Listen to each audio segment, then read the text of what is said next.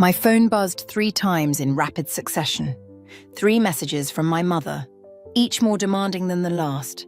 I stared at the screen, my fingers hovering over the keypad as nausea crept up my throat. Cancel your engagement party. Sophie's promotion celebration is that weekend. Family comes first, Aria. The irony of her last statement made me want to hurl my phone across the room. Instead, I gripped it tighter, watching my knuckles turn white. 3 weeks of meticulous planning, dozens of confirmed guests, and non-refundable deposits. All meant nothing compared to Sophie's impromptu celebration. Everything okay? Jack's warm hand settled on my shoulder. I hadn't heard him come into the kitchen. My sister got promoted. The words tasted bitter. Mother wants us to cancel our engagement party. What? That's ridiculous. We've been planning this for months. I showed him the messages. His jaw tightened, the only sign that he was as angry as I was. Jack had learned early in our relationship to measure his words when it came to my family. Your mother does realize we've already paid for everything. Oh, she knows. She just doesn't care. I scrolled through the previous messages from the past week. Look at this. She's been hinting at it. Sophie has big news coming. We might need to be flexible with dates. I should have seen this coming. The kitchen counter was covered with sample place cards I'd been organising, each one handwritten in careful calligraphy, another skill Sophie had always dismissed as quaint and old-fashioned. My phone buzzed again. Call me immediately. This isn't a request. Don't, Jack said quietly. Not while you're upset. I'm always upset when it comes to them. I pushed away from the counter, pacing the kitchen. You know what the worst part is? Sophie probably didn't even ask for this. Mother just decided, like she always does. The memories flooded back. My high school graduation rescheduled because of Sophie's dance recital, my college acceptance celebration combined with Sophie's junior prom send-off, my art show opening missed because Sophie had a minor cold. We're not cancelling, Jack said firmly. This is our engagement party, not a casual dinner plan. My phone started ringing. Mother's face filled the screen. A photo from happier times that I kept meaning to change. I declined the call. She'll just keep calling. Let her. Jack gathered the place cards into a neat stack. What do you want to do? The question caught me off guard. In my family, what I wanted had always been secondary, tertiary even, after Mother's wishes and Sophie's needs. Another text. Your silence is childish and disappointing. Sophie worked hard for this promotion. My fingers moved before I could stop them. So did I, for my engagement party. The response was immediate. Don't make this about you. I laughed, a harsh, broken sound that made Jack look up sharply. When has it ever been about me? Aria. Jack's voice held a warning note. He knew my tells, knew when I was about to do something rash. I'm done. I straightened my spine, feeling something shift inside me. I'm done being the reasonable one, the understanding one, the one who always gives in. My phone buzzed again, this time with a message from Sophie. Mum's really upset. Can't you just move your party? It's not that big a deal. Not that big a deal. Like my engagement was just an inconvenient scheduling conflict. We're keeping our date, I said, my voice steady. And I'm going to do something I should have done years ago. What's that? Jack asked, though his expression suggested he already knew. I'm going to make them understand exactly how it feels to be treated like an afterthought. I picked up my phone, opened my contact list, and began deleting numbers, starting now. The screen lit up with another incoming call from Mother. This time, I didn't just decline it, I blocked her number. The family photo album sat heavy in my lap, its leather cover cracked with age. I hadn't opened it in years, but blocking Mother's number had unleashed a flood of memories I couldn't ignore. I found Sophie's promotion announcement, Jack said, holding up his phone. Vice President of Marketing at 24, that's impressive. Let me guess, Mother already shared it everywhere. 300 likes in 2 hours. I flipped through the album, stopping at my college graduation photo. In it, Sophie stood front and center, her bright red dress drawing every eye. I was off to the side in my cap and gown, half cropped out of the frame. Did I ever tell you about my first art show? I traced the edge of another photo, Sophie's Sweet 16. It was the same night as Sophie's regional dance competition. Mother told me it was selfish to expect the family to choose between us. Did anyone come? Grandma Marie! She sat there for 3 hours, bought 2 pieces. I closed the album. Mother said I was trying to steal attention from Sophie's big night. My phone lit up with a text from Lily. Your mum's calling everyone. She's saying you're having a breakdown. What's happening? Before I could respond, another message appeared. Sophie just posted about her promotion party, same date as your engagement celebration? That can't be coincidence. The doorbell rang, making us both jump. Through the front window, I spotted my father's silver Mercedes. I can tell him you're not here, Jack offered. No, I need to handle this. Father stood on our porch, looking uncomfortable in his tailored suit. He always dressed like he was heading to a board meeting, even on weekends. Your mother's worried, he said, stepping inside without waiting for an invitation. She says you're not answering her calls. I'm sure she is worried. I kept my voice level, worried that for once she can't control the situation. Aria.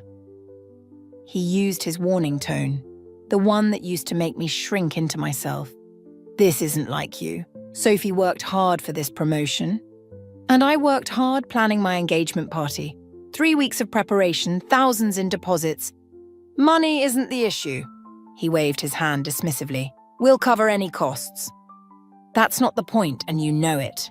The point is family unity. Your mother has already announced Sophie's celebration. Of course she has. I laughed, but there was no humor in it. Did she mention she demanded I cancel my engagement party first? Or did she just make it look like I'm the unreasonable one? Father shifted his weight, avoiding my eyes. There's no need for drama. We can celebrate your engagement another time. Like you celebrated my art show, or my graduation, or every other milestone that got pushed aside for Sophie. That's not fair. No, what's not fair is you standing there once again, telling me to sacrifice my happiness for Sophie's convenience. Jack moved closer, his presence steady behind me. Father's eyes flickered between us. Your mother says Jack's been influencing you, turning you against the family. Jack's the only one who's ever put me first. The words came out sharp, cutting. Maybe that's why you all hate him so much. Father's face hardened. We don't hate. Save it. I pulled out my phone, opened Sophie's social media post about her promotion party. Look at the comments. Mother's already told everyone I'm having a breakdown, hasn't she? That I'm being difficult and selfish? His silence was answer enough. Get out. My voice was quiet but firm. Tell Mother her manipulation tactics won't work this time. The engagement party stays as planned. You'll regret this attitude, Aria. Family is all we have in the end. No, Father.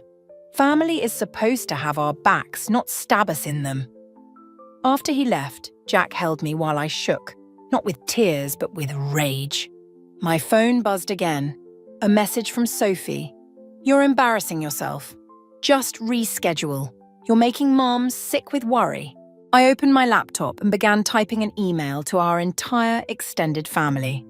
It was time they heard my side of the story, starting with a simple truth. For years, I've stayed silent about the systematic emotional abuse in our family. That silence ends today. I hit send before I could second-guess myself. The war mother started. I was going to finish it. The responses started flooding in within hours of my email. Aunt Carol called me brave. Uncle Steve said I was attention-seeking. Cousin Nina sent a private message about similar experiences. But it was Lily's text that made my hands shake. Check your mother's latest email thread now. I found it buried in my spam folder. A group message to the entire family with the subject line, concerning Aria's mental state. Attached were carefully selected photos spanning years, each one doctored to paint a narrative. Me looking sullen at Sophie's graduation while everyone else smiled. Me standing apart at family gatherings. All carefully curated evidence of my supposed instability.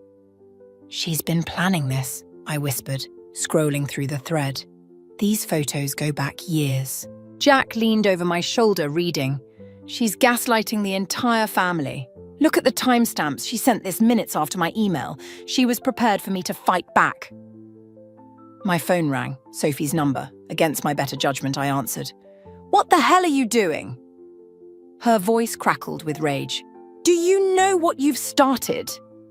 Funny, I was about to ask you the same thing. Did you help Mother collect those photos? A pause. Too long to be innocent. You're paranoid. Am I? Because someone had to send her those pictures of me at your college graduation. The ones where I look unstable because I had food poisoning. You're twisting everything. Like Mother twisted the truth about my art show? Tell me, Sophie, did you really have a dance competition that night? Or did Mother just tell everyone that? Another pause, heavier this time. What are you talking about? Check your old competition schedule. I did. There was no regional competition that weekend. Mother lied to everyone, including you. The silence stretched. I heard papers rustling on her end. That's not possible. Isn't it? She's been playing us against each other our whole lives, Sophie. I'm just the first one to say it out loud. A knock at the door interrupted us. Through the window, I saw Grandma Marie's familiar silhouette. I have to go, I told Sophie, but while you're fact-checking, look up when your company actually announced vice president promotions, because according to their website, they happened 2 months ago. I ended the call and opened the door. Grandma Marie stood there, clutching her ancient leather handbag and looking grimmer than I'd ever seen her. Your mother called me, she said, stepping inside. Told me to talk sense into you. But first, show me these emails everyone's talking about. I handed her my laptop. She read in silence, her expression darkening with each paragraph. Your mother's response, she finally said, reminds me of something your grandfather used to do. He'd rewrite history so convincingly, sometimes I'd doubt my own memories. Did you ever confront him? No. She closed the laptop. And I've regretted it every day since. But you should know your mother's latest email blast included something she thought would destroy you. My stomach clenched. What? Financial records, suggesting you've been stealing from the family business. The room tilted. I grabbed the counter for support. That's impossible. I've never even had access. Exactly. Grandma Marie's eyes glittered. And I have proof. I've kept every document since your grandfather made me company treasurer 30 years ago, including the real records that show who's been skimming money. Understanding dawned. Sophie, and your mother, covering for her. They've been doctoring books for years. She patted her handbag. I brought copies. I've been waiting for someone brave enough to stand up to them. My phone buzzed. Another email from Mother. Final warning. Retract your accusations, or tomorrow everyone learns what you've really been doing. I looked at Grandma Marie, saw the steel in her eyes matching my own resolve. Send me those records, I said. It's time to show Mother what real evidence looks like. Be careful, dear. Grandma Marie squeezed my hand. The most dangerous moment is when someone like your mother realizes they're losing control. I thought of all the years of manipulation, the carefully constructed lies, the orchestrated family drama. Good, I said. Let her feel what it's like to be powerless for once. As I drafted my response, attaching the real financial records, I felt something shift inside me. The last traces of doubt burning away in the face of cold, hard truth. The financial records spread across my kitchen table like a roadmap of betrayal. Each spreadsheet told its own story. Money siphoned from company accounts, fabricated expenses, all carefully hidden beneath layers of creative accounting. Sophie's signature appeared on document after document, alongside Mother's authorizing initials. My phone hadn't stopped buzzing since I'd forwarded everything to the family board members. Your sister's outside, Jack said, peeking through the curtains. She looks different. I joined him at the window. Sophie stood by her car, makeup-free, wearing old jeans instead of her usual designer clothes. She looked younger, almost vulnerable. Don't let her manipulate you, Jack warned. I know their tricks now. I opened the door before she could knock. Here to threaten me again. Sophie stepped inside, her movements uncertain. I came to ask why. Why what? Why did I expose the truth? Why did I stop letting Mother puppet master our lives? Or why did you steal from our family's company? She flinched. I didn't. It wasn't stealing. Mother said it was my rightful share, that father would never properly compensate me otherwise. And you believed her? Like you believed her when she said I demanded to have my promotion party on your engagement date?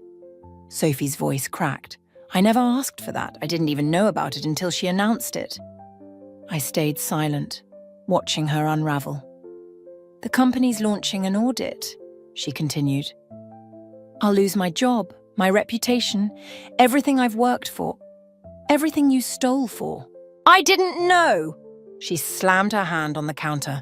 Mother handled all the paperwork. She said it was standard practice that everyone did it. I just signed what she gave me. Jack moved closer to me. Why are you really here, Sophie? She pulled out her phone, hands shaking. Because of this.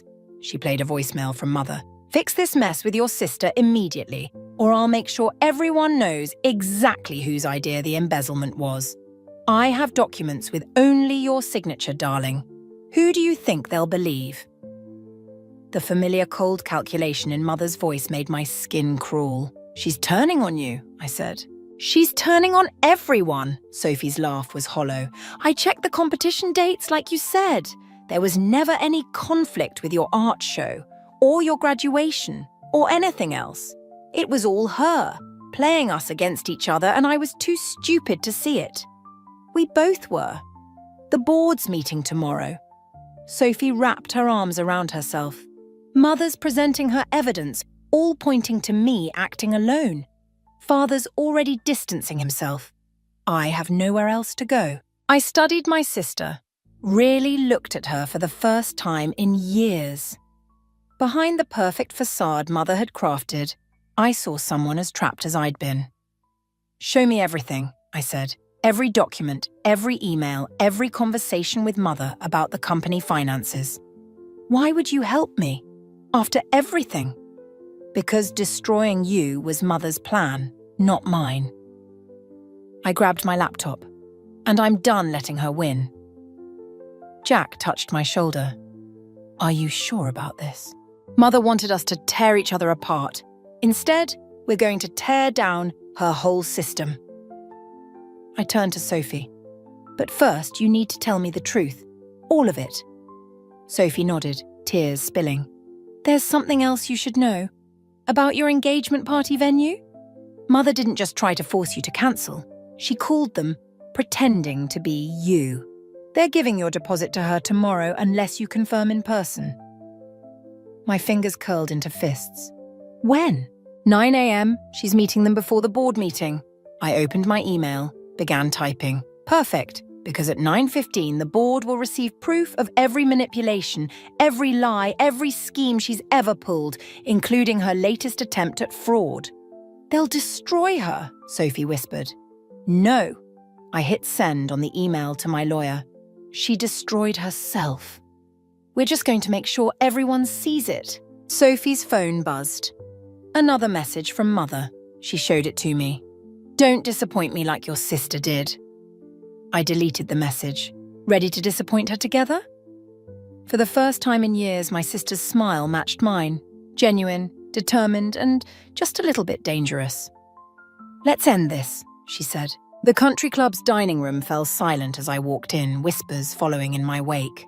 Mother sat at her usual corner table, holding court with her social circle. Her eyes met mine, and for a moment, I saw genuine surprise crack through her perfect mask. Darling, she called out, voice honey-sweet, I didn't expect to see you here. Clearly. I approached their table, noting how her friends shifted uncomfortably. Is that why you felt safe spreading rumors about Jack's gambling addiction? One of her friends, Mrs. Henderson, choked on her mimosa.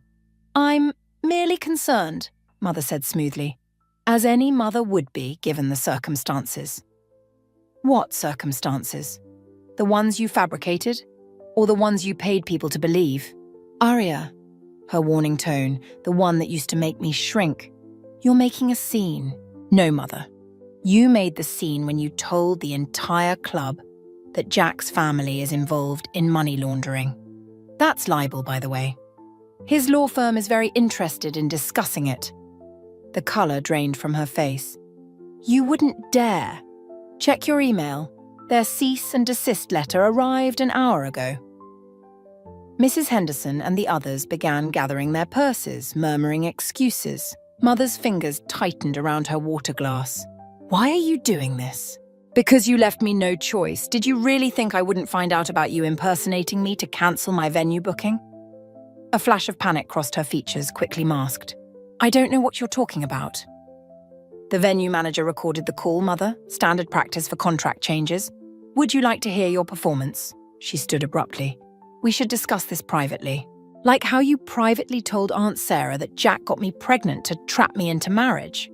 Or how you privately suggested to Uncle Robert that my art gallery is a front for tax evasion. Everything I've done has been to protect you. From what? Happiness? Independence? The ability to exist without your control? You're hysterical. She reached for my arm. This is exactly why... I stepped back. Touch me and I'll add assault to the lawsuit. Her mask cracked completely. You ungrateful little... Mother! Sophie's voice cut through the tension. She stood in the doorway holding a manila envelope. The board members are asking for you. Something about unauthorized transfers from the company accounts. Mother's face went from rage to calculation in an instant. Sophie, darling, perfect timing. Tell them. I already told them everything. Sophie moved to stand beside me, including how you forged my signature on half those documents. I made you! Mother's voice rose, drawing stares from nearby tables. Everything you are, everything you have, is built on lies, I finished, but that stops today. You think anyone will believe you over me? I've spent years building our family's reputation, while destroying ours. Sophie opened the envelope, spreading photos across the table. Grandma Marie kept everything, Mother. Every doctored photo, every manipulated document, every piece of evidence showing how you pitted us against each other. Mother's hands shook as she looked at the photos. Marie wouldn't... Already did, I said. The board has copies. So does Father. Daniel would never... He signed the audit approval this morning. Sophie's voice cracked. It's over, Mother. Security appeared at the dining room entrance. Summoned by whom, I couldn't tell. Mother saw them too, her face hardening into something unrecognizable. You'll regret this, she hissed. Both of you. When everything falls apart, don't come crawling back. Mrs. Harrison? One of the security guards approached. We need you to come with us. The board members are waiting. I watched them escort her out, her head held high, even in defeat. The dining room erupted in whispers as soon as she was gone. Sophie gripped my hand. Did we just... Yeah, I squeezed back. We did. What happens now? My phone buzzed. A message from Jack. Venue secured. They're pressing charges for fraud. Now, I said, we plan an engagement party. A real one, without any manipulation or control. Think she'll retaliate? I looked at the scattered photos on the table, years of evidence of Mother's machinations. Probably. But this time, we're ready for her. Sophie picked up one of the photos, us as children, before Mother's games tore us apart. We should have done this years ago. We weren't strong enough then. I gathered the evidence back into the envelope. But we are now. The board meeting ended in chaos. Through the glass walls of the conference room, I watched Mother storm out, leaving scattered papers in her wake. Father followed, his face ashen, while Sophie sat frozen in her chair, staring at nothing. My phone wouldn't stop buzzing. Notifications from every social platform, all sharing Mother's latest post. With heavy hearts, we must address the disturbing allegations made by our daughter Aria, who has struggled with reality since childhood. The attached photos showed me at my worst moments. Carefully curated evidence of a narrative she'd been building for years. Me looking unstable at family events, medical records from my teenage anxiety attacks, therapy sessions she'd forced me into after Sophie's dance recitals overshadowed my art shows. She's thorough, Lily said, scrolling through the comments. She's painting you as mentally unstable, claiming everything you've revealed is a delusion. The financial records, She's saying you fabricated them, that your obsession with undermining Sophie's success has reached dangerous levels. Lily hesitated. Half the family's already sharing it. My hands shook as I opened another notification. A message from the venue. Given recent concerning developments, we must terminate our contract immediately. Jack burst through the boardroom doors. Your mother's lawyers are filing a cease and desist. They're claiming defamation, threatening criminal charges for the company financial records. But they're real. They're saying you hacked the system, planted false evidence. He ran a hand through his hair. They've frozen Grandma Marie's access to the archives. Without her original documents, Sophie finally moved, her voice hollow. Mother's claiming I had a breakdown, that you manipulated me into making false accusations against her. She's already contacted my company's HR department. The room spun. Everything we'd gathered, every piece of evidence, every careful plan, Mother had anticipated it all, laid her trap, and waited for us to walk right into it. My phone buzzed again. A text from Father. Your mother is willing to forgive this episode if you agree to intensive treatment. Don't force us to take legal action. She's going to win, I whispered. She always wins. No. Jack grabbed my shoulders. We can fight this. Your grandmother is being evaluated for cognitive decline according to Mother's latest update. Lily showed us the post. She's suggesting Marie's memory can't be trusted. The conference room door opened. Nina slipped in, looking pale. Aunt Megan's at the hospital with Grandma Marie.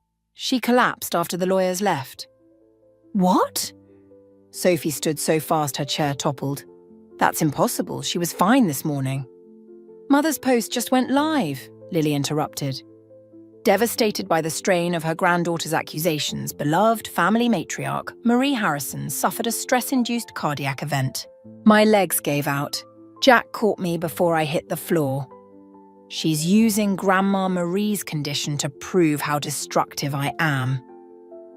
The realization felt like acid in my throat. She's turning my own revenge into proof of my instability. Sophie's phone chimed. The company's suspending me pending investigation. Mother's lawyers submitted evidence that I was coerced into making false allegations. We have to retract everything, Nina said quietly, before she destroys you both completely.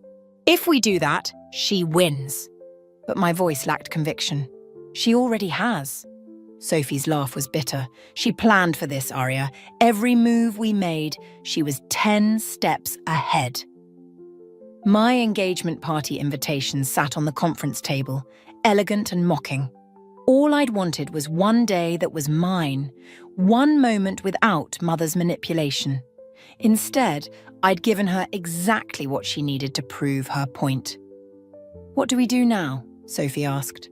Before I could answer, every phone in the room buzzed simultaneously. A group message from Mother.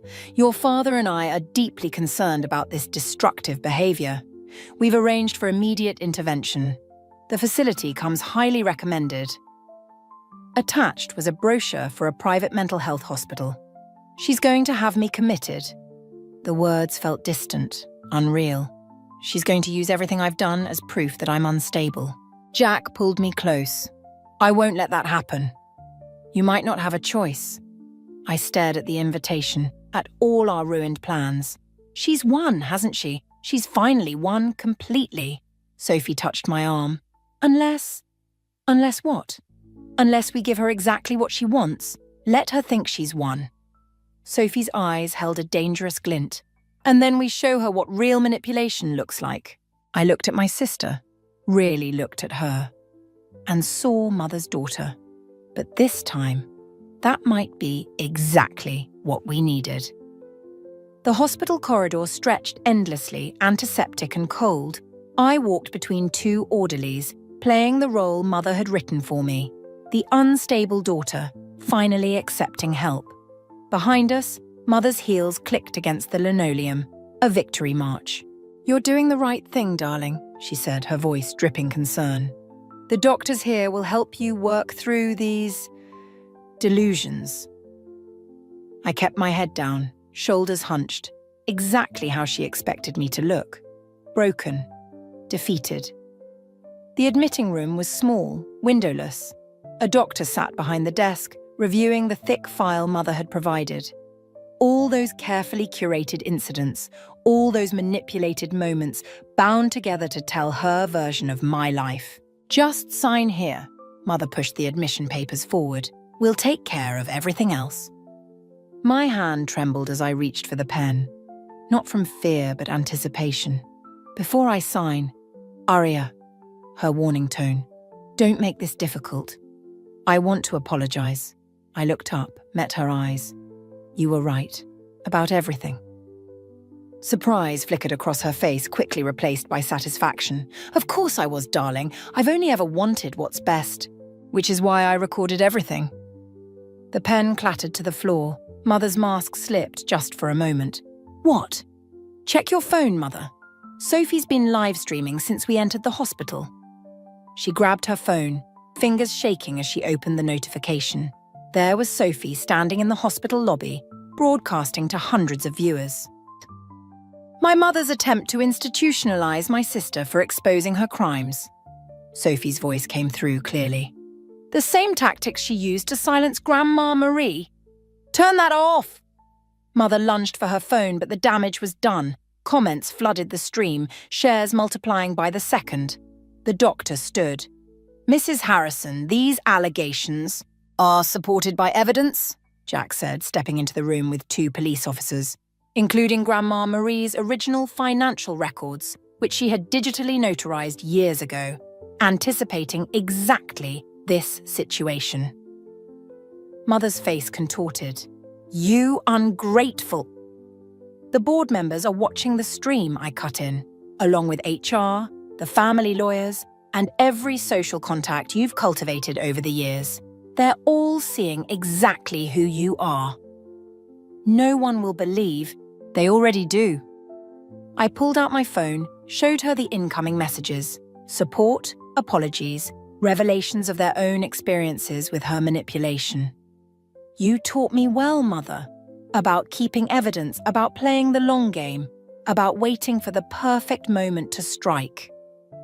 Her hand shot out, nails raking my cheek. The officers moved instantly, restraining her. "You're nothing without me," she screamed. "I made you both. Everything you are is in spite of you, not because of you." Sophie appeared in the doorway, phone still broadcasting. "It's over, Mother. The board's called an emergency meeting.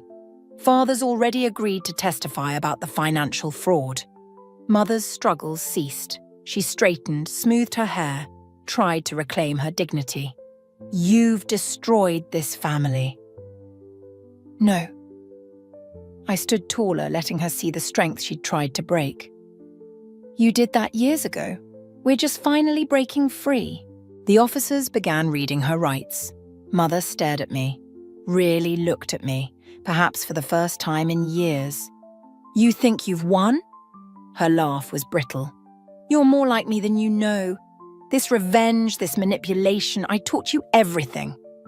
You taught me how to survive you." I picked up the admission papers, tore them in half. "But I taught myself how to live without you." They led her away, her threats echoing down the corridor. Sophie ended the live stream, hands shaking. "Did we just—" "Yeah."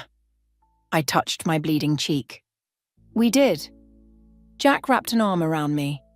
"The venue called. They want to reinstate the contract for the engagement party." I looked at the torn papers, at the doorway where Mother had finally faced the consequences of her actions, at Sophie who'd chosen truth over manipulation. "No," I said. "I don't want to celebrate there. Too many echoes of her influence." "Then where?" I smiled, feeling lighter than I had in years. "Somewhere new. Somewhere she's never been. Somewhere we can start fresh." Sophie took my hand. "Together? Together." I squeezed back. But this time, on our terms. Through the hospital windows, sunlight broke through the clouds, a new day without Mother's shadow looming over us. Finally, beautifully, free.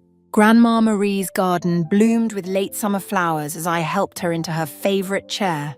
The fraud investigation had taken its toll, but her eyes remained sharp as ever. "Your mother's sentencing is tomorrow," she said, adjusting her shawl. I know. I deadheaded a wilting rose. Father asked me to speak on her behalf. Will you? The rose petals scattered in the breeze. No.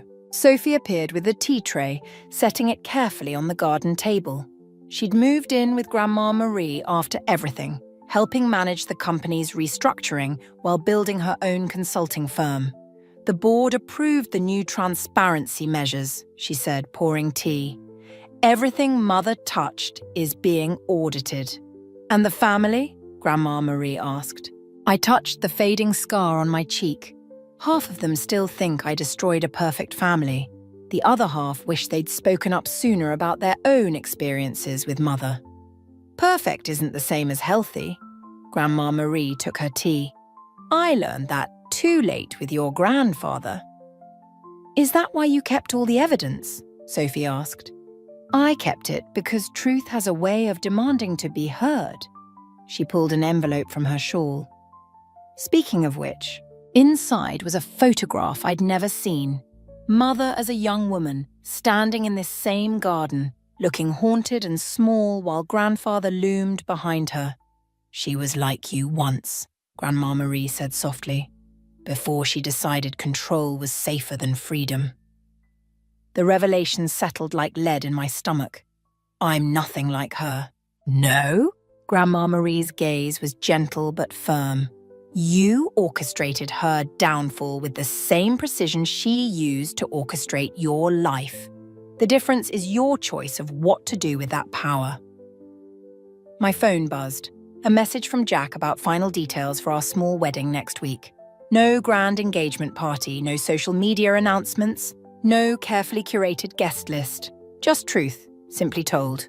I found more of Mother's journals, Sophie said quietly. From when we were kids. Her voice cracked. She had everything planned, every competition, every achievement, every spontaneous moment. Our whole lives were her carefully staged production. But she didn't plan for this, I gestured between us choosing each other over her games. No, Sophie smiled. That was all us. Grandma Marie touched the photograph.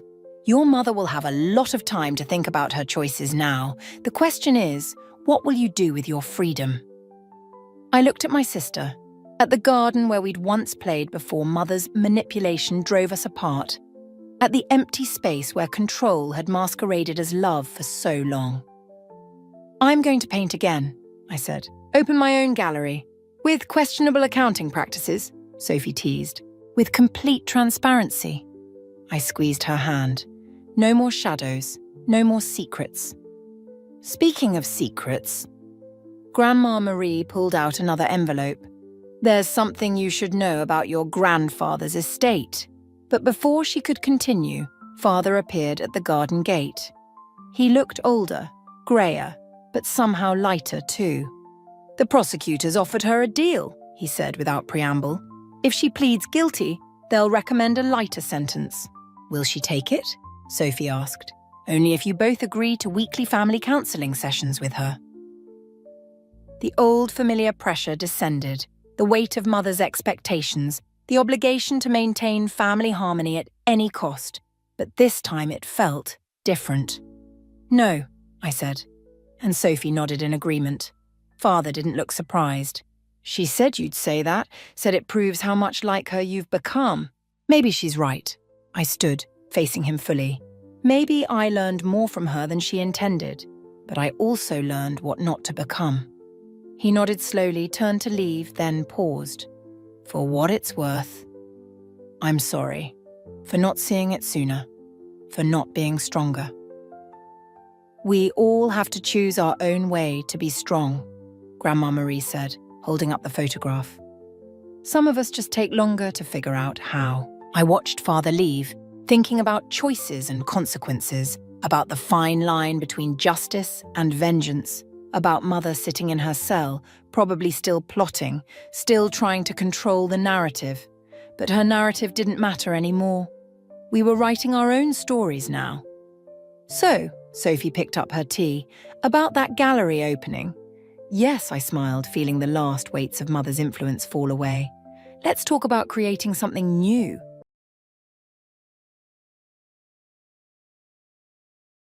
Recently, I turned 16 and almost immediately found myself in a difficult situation with my parents concerning a trust fund my grandfather had left me, a fact I only discovered upon reaching adulthood. Growing up, my grandparents were my primary caretakers because my parents were often away for work. My father was a PMO manager, and my mother accompanied him on his travels, leaving me to enjoy a more stable childhood with my grandparents. Although I cherished the bond I shared with my grandparents, the absence of my parents throughout my formative years left me feeling unwanted. This feeling only intensified when, despite settling back in town to start a bakery, my parents didn't invite me to live with them, prolonging my stay with my grandparents for another 1 year. Recently, when I came of age, my parents demanded I hand over my trust fund to support their business, threatening to evict me if I refused. Feeling cornered and unvalued, I chose to leave home. Now, they unfairly label me as greedy, even though I simply wish to secure my own future. This situation has only deepened my sense of detachment from them. Although they made routine visits during holidays or my birthdays, these interactions felt obligatory and lacked warmth. They often seemed more interested in fulfilling a duty than genuinely connecting with me. Their approach was always formal, as if they were conversing with a business associate rather than their daughter. Reflecting on my upbringing, it's clear that while I always had a loving home with my grandparents, the emotional distance from my parents has been profoundly challenging. It's hard not to feel that they could have done more to make me feel like a valued part of their lives. Honestly, my grandparents raised me, not my parents. Legally, my parents are recognized as such, but I never felt a genuine connection with them. This disconnection has always been a source of heartache for me, and it's not just a feeling, it's a reality I've come to understand through some painful truths I uncovered over the years. One such moment happened when I was around 10 years old during my birthday. After the celebrations, everyone had left, and my parents were supposed to stay overnight. I was living with my grandparents at the time. As I was heading to my room, I heard loud voices coming from my grandfather's office. It was unusual because he was typically a calm person. Curiosity got the better of me, and I eavesdropped on the conversation. What I heard that night was heart-wrenching. My grandfather was confronting my parents about how they were neglecting me, warning them that their behavior could permanently damage our relationship. He stressed that they wouldn't always be around and eventually it would just be us.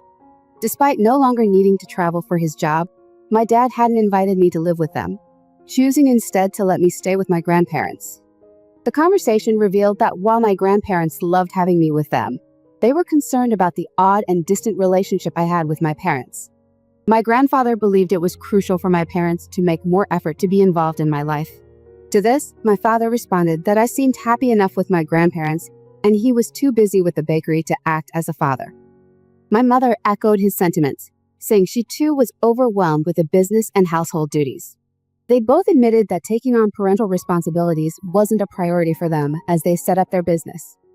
I went to bed in tears that night, and it turned out to be the worst birthday ever. Despite a lovely party, the truths I overheard were too painful to forget. It became clear that in my parents' eyes, I was more of a responsibility they were obligated to deal with rather than a priority. This realization has stuck with me, shaping my views on our relationship and confirming the emotional neglect I always felt but could never quite articulate until that moment. After enduring the profound loss of my grandparents, who were essentially my primary caregivers during my formative years within a year of each other during the pandemic, I was left deeply devastated. My grandfather succumbed to complications from diabetes first, and just 9 months later, I lost my grandmother. Their deaths plunged me into a state of grief that I can only describe as depressive.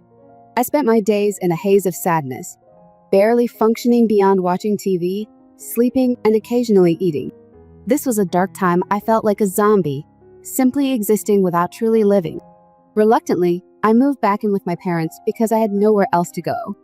My relationship with them, which had already been strained due to their earlier neglect and lack of involvement in my life, worsened as I struggled with my grief. I harbored a deep resentment towards them, irrational as it may sound, wishing it had been them instead of my grandparents who had passed. This thought was a clear indicator of my distress. Despite their financial stability, thanks to my father's successful career and the inheritance from my grandparents, my parents remained emotionally unavailable. They were preoccupied with their bakery, which had been struggling, and showed little concern for my mental well-being. They didn't suggest psychiatric help, which I felt I needed. nor did they attempt to engage with me or understand my suffering. Their indifference only deepened my sense of isolation and abandonment. Living with them felt like an ongoing battle, with each day intensifying my feelings of being misunderstood and neglected. The profound disconnect between us made it painfully clear that the only people who had truly cared for me were gone, and now I was stuck in an environment where my well-being seemed to be the least of anyone's concerns. This environment only served to exacerbate my depression and resentment, trapping me in a cycle of sorrow and anger. I often felt invisible to my parents, as if I could vanish and they wouldn't notice until it was too late. It's upsetting even to talk about how stifling and terrible living with them felt. However, that was the situation up until a couple of years ago when things slowly began to improve. As I started to recover from my emotional turmoil, I began opening up to my friends about my strained relationship with my parents. I had braced myself for judgment, but to my relief, they were incredibly supportive. My best friend since kindergarten, Ellie, was especially understanding. She not only offered her support, but also shared my situation with her parents, who kindly told me their door was always open if I needed help. This support was a lifeline that truly meant a lot to me. Over the past 1 year, my life has improved significantly. Despite my parents' continued indifference, I've learned to cope with my challenges with a little help from my friends. I decided to postpone college to gain some real-world experience. Even though most of my friends were heading off to university, I knew I had a college fund set up by my grandfather, which I could access once I enrolled. But I also needed to prove my acceptance to access the funds, according to the stipulations discussed with my grandparents' lawyer. Interestingly, a couple of weeks ago, their lawyer contacted me and revealed that I also had a trust fund set up by my grandparents that became accessible when I turned 16. This was meant to be a surprise, ideally shared with me by my grandparents if they were still alive. But unfortunately, that responsibility fell to their lawyer. The news came just after my birthday, and amid the emotional moment, I decided to make a social media post to express my gratitude towards my grandparents, who had always looked out for me. Reflecting on how much I missed them, I thought sharing these feelings online would help me process my grief. However, I quickly regretted making such personal sentiments public. I realized that some things might have been better kept private, as not all emotional moments need to be shared with the world. This experience was a poignant reminder of the complex ways we handle grief and the unexpected consequences of sharing our feelings in the digital age. I should have realized that keeping some things private would be wiser. Unfortunately, after I shared a heartfelt post about my grandparents' trust fund, my parents quickly caught wind of it, likely tipped off by a relative, since neither of them is active on social media, and I certainly hadn't added them. The very next day, they approached me, something they rarely do unless it's important usually to them and concerning money. They started off by mentioning how sweet they thought my grandfather's gesture was. Their uncharacteristic approach and the sudden interest in the contents of my post set off alarm bells in my mind. As expected, the conversation took a turn towards their bakery business. They explained that they were looking to expand, but were short on funds. They suggested that dipping into my trust fund would be an easy solution for them. They reasoned that they couldn't bring in investors at the moment because it wasn't the right time to sell shares, and they didn't want to risk more of their own money without guaranteed returns. Essentially, they were hoping I would provide financial help without expecting anything in return, essentially, a donation to their business venture. I was astounded by their audacity. How could they expect me to simply hand over the money that my grandfather had specifically set aside for my future? They weren't just asking for a small portion, they wanted access to the entire fund to funnel into their business. I firmly told them that I would not be partaking in their plans. If they needed funds, they should seek out proper business loans or find investors willing to take a share of the risk. The money from my grandfather was meant for my educational and personal growth, not to bail them out of their financial mismanagement. Their frustration grew as I continued to resist their requests. Eventually, the conversation escalated to a point where my father, visibly annoyed, presented me with an ultimatum: help fund their business or leave the house. This confrontation highlighted just how much they were willing to leverage their own child's future for their ambitions, deepening the rift between us and solidifying my resolve to protect my inheritance and my future. My mother coldly informed me that I could either share the funds with them or leave their house, emphasizing that as an adult, they were no longer obligated to support or house me. The irony of their calling me selfish, when they had prioritized themselves over my needs throughout my life, was not lost on me. They framed their ultimatum as a fair choice, reflecting the real-world consequences of my decisions. But I sensed an underlying assumption on their part that I wouldn't manage without them. They couldn't have been more wrong. Despite their minimal involvement in my life, I had grown accustomed to relying on myself, and their latest demand only solidified my resolve. I didn't confront them directly after their ultimatum. Instead, I agreed to think it over, giving myself time to plan my next steps quietly. That night, I decided to leave. I had already discussed the situation with my best friend Ellie and her parents, who were more like a family to me than my own had ever been. They understood my predicament and offered me a place to stay for as long as I needed. This support provided me the safety net I needed to make a swift exit from my parents' home. Leaving without a word might seem harsh, but in my eyes, it was justified. My parents had never shown me the consideration that would warrant a formal goodbye. They didn't deserve an explanation for my departure because they had never extended me the basic courtesy or care a parent should. Predictably, when they realized I was gone, they were more outraged than concerned. They bombarded me with calls, but it wasn't until the evening that I finally responded. Their questions were not about my well-being, but rather about the trust fund and what I planned to do with it. This response was disappointing, but not surprising. I firmly told them that I had decided against sharing my inheritance. The money was meant for my future, as my grandfather intended, not to bail them out of their financial irresponsibility.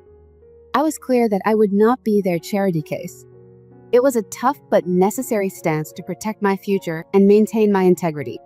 I had already made it clear to my parents that I wasn't interested in giving them any handouts. They had never prioritized me, and now, without my grandparents, I needed to prioritize myself. I'm quite certain that my grandparents left me this money specifically so I could support myself after they passed, knowing the kind of parents I had. I decided not to help my parents financially, and that decision was final. Since making my decision, my parents have been creating a stir, accusing me of being exceptionally greedy. They've even gone as far as bad-mouthing me to all our relatives and their friends. I've been bombarded with messages calling me greedy, which is frustrating and has led me to question my actions, despite reassurances from Ellie and her parents that I'm doing the right thing. It's tough, and I find myself wishing for an objective perspective to reaffirm that I'm not being unreasonable. The overwhelming support from some lovely comments online about my grandparents has been heartwarming. It reassures me that if my grandparents could see this, they would be proud. As for those reaching out to criticize me based solely on my parents' narrative, I realized I shouldn't take their words to heart. These people don't really know me or my story. They're just echoing my parents' side. In response, I decided to address everyone involved. I posted online that anyone who truly supports my parents should consider investing in their business themselves, rather than pressuring me to use my trust fund. I also publicly told my parents that their attempts to guilt-trip me were only strengthening my resolve. I made it clear they were manipulative and selfish, and they couldn't see beyond their own needs. My parents had given me a stark choice: share my trust fund or leave. I chose to leave, asserting my independence. If there's any greed in this situation, it's not coming from me. Their strategy to make me feel guilty has failed. Instead, it has empowered me to stand firm in my decision, sever ties, and manage my life and finances without their interference. After making my feelings clear and responding publicly to the people who criticized me, I decided to turn off my phone. I was done with the drama and had nothing more to add to the conversation. I was confident those I tagged would relay my message to my parents, so I felt a sense of closure and was ready to move on to the next chapter of my life. I knew it was time to start focusing on finding a job and an apartment. I'm deeply grateful for Ellie and her parents' generosity. They've told me I could stay with them as long as I need to, but I feel it's important to stand on my own feet. I don't want to rely on others indefinitely, not after depending on my grandparents, then briefly on my parents, and now my friend's family. With the support of my trust fund, I'm in a good position to take care of myself, so I'm optimistic about what lies ahead. It's been 4 days since I last posted online, and as expected, everyone I called out has blocked me. They've likely passed my messages on to my parents, who are furious. They sent a message saying they were cutting ties with me, which I calmly accepted and blocked them in return. This feels like a clean break, and honestly, it's a relief to be free from that negativity. On a brighter note, the search for an apartment is going well. I found a place and will be sharing it with a roommate, which I think is a responsible move. I'm excited about this new beginning and the independence it brings. I've officially moved out of Ellie's house, It was a bittersweet goodbye, especially since she's also heading off to college soon. Now settled in my new apartment, I've also landed a job in the community manager department of an advertising agency. I'm eager to start this new role and hopeful about what the future holds. My parents and I haven't spoken in the past few weeks, and I've been too busy to dwell on past conflicts. Life is genuinely good now, and I'm focused on building a future that would make my grandparents proud.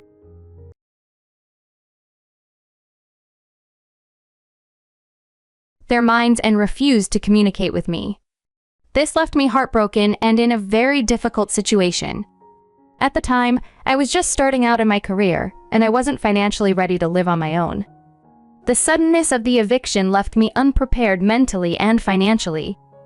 The crux of the issue was my sister, Ellie, who was 34 at the time. Despite the age difference between us, which naturally created some distance, I never expected our relationship to take such a bitter turn. Ellie had been married to Noah, who was then 37, for 5 years. They seemed happy until she abruptly accused Noah of having an affair with my friend Ella, a claim that took everyone by surprise. Ella, who was 26, was actively working on gaining weight and had sought Noah's advice since he was a public health nutritionist. I was the one who introduced them, never imagining the chaos it would soon cause. One day, Ellie returned home distraught, claiming that she had filed for divorce because Noah had been unfaithful with Ella for the past 4 months. The allegation was shocking to me because both Ella and Noah exhibited characteristics completely contrary to those of deceitful people. Ella was a respectable woman, unlikely to engage with a married man, and Noah had always been devoted to Ellie. Despite my disbelief, my parents took Ellie's side without seeking any proof, choosing to believe their daughter over their son-in-law. The situation escalated quickly when Ellie blamed me for introducing Ella to Noah, claiming I had a hand in ruining her marriage. This accusation led my parents to make the hasty decision to expel me from our home. I tried to reason with them, but they were unyielding, forcing me out with nowhere to go. That night, I found myself sobbing on the sidewalk, surrounded by my belongings, utterly lost until a friend kindly offered me shelter. For years, I reached out to my family, trying to mend bridges, but to no avail.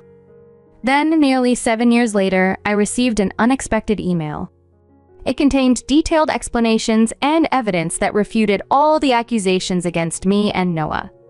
The truth about what really happened and the misjudgments made were finally clear.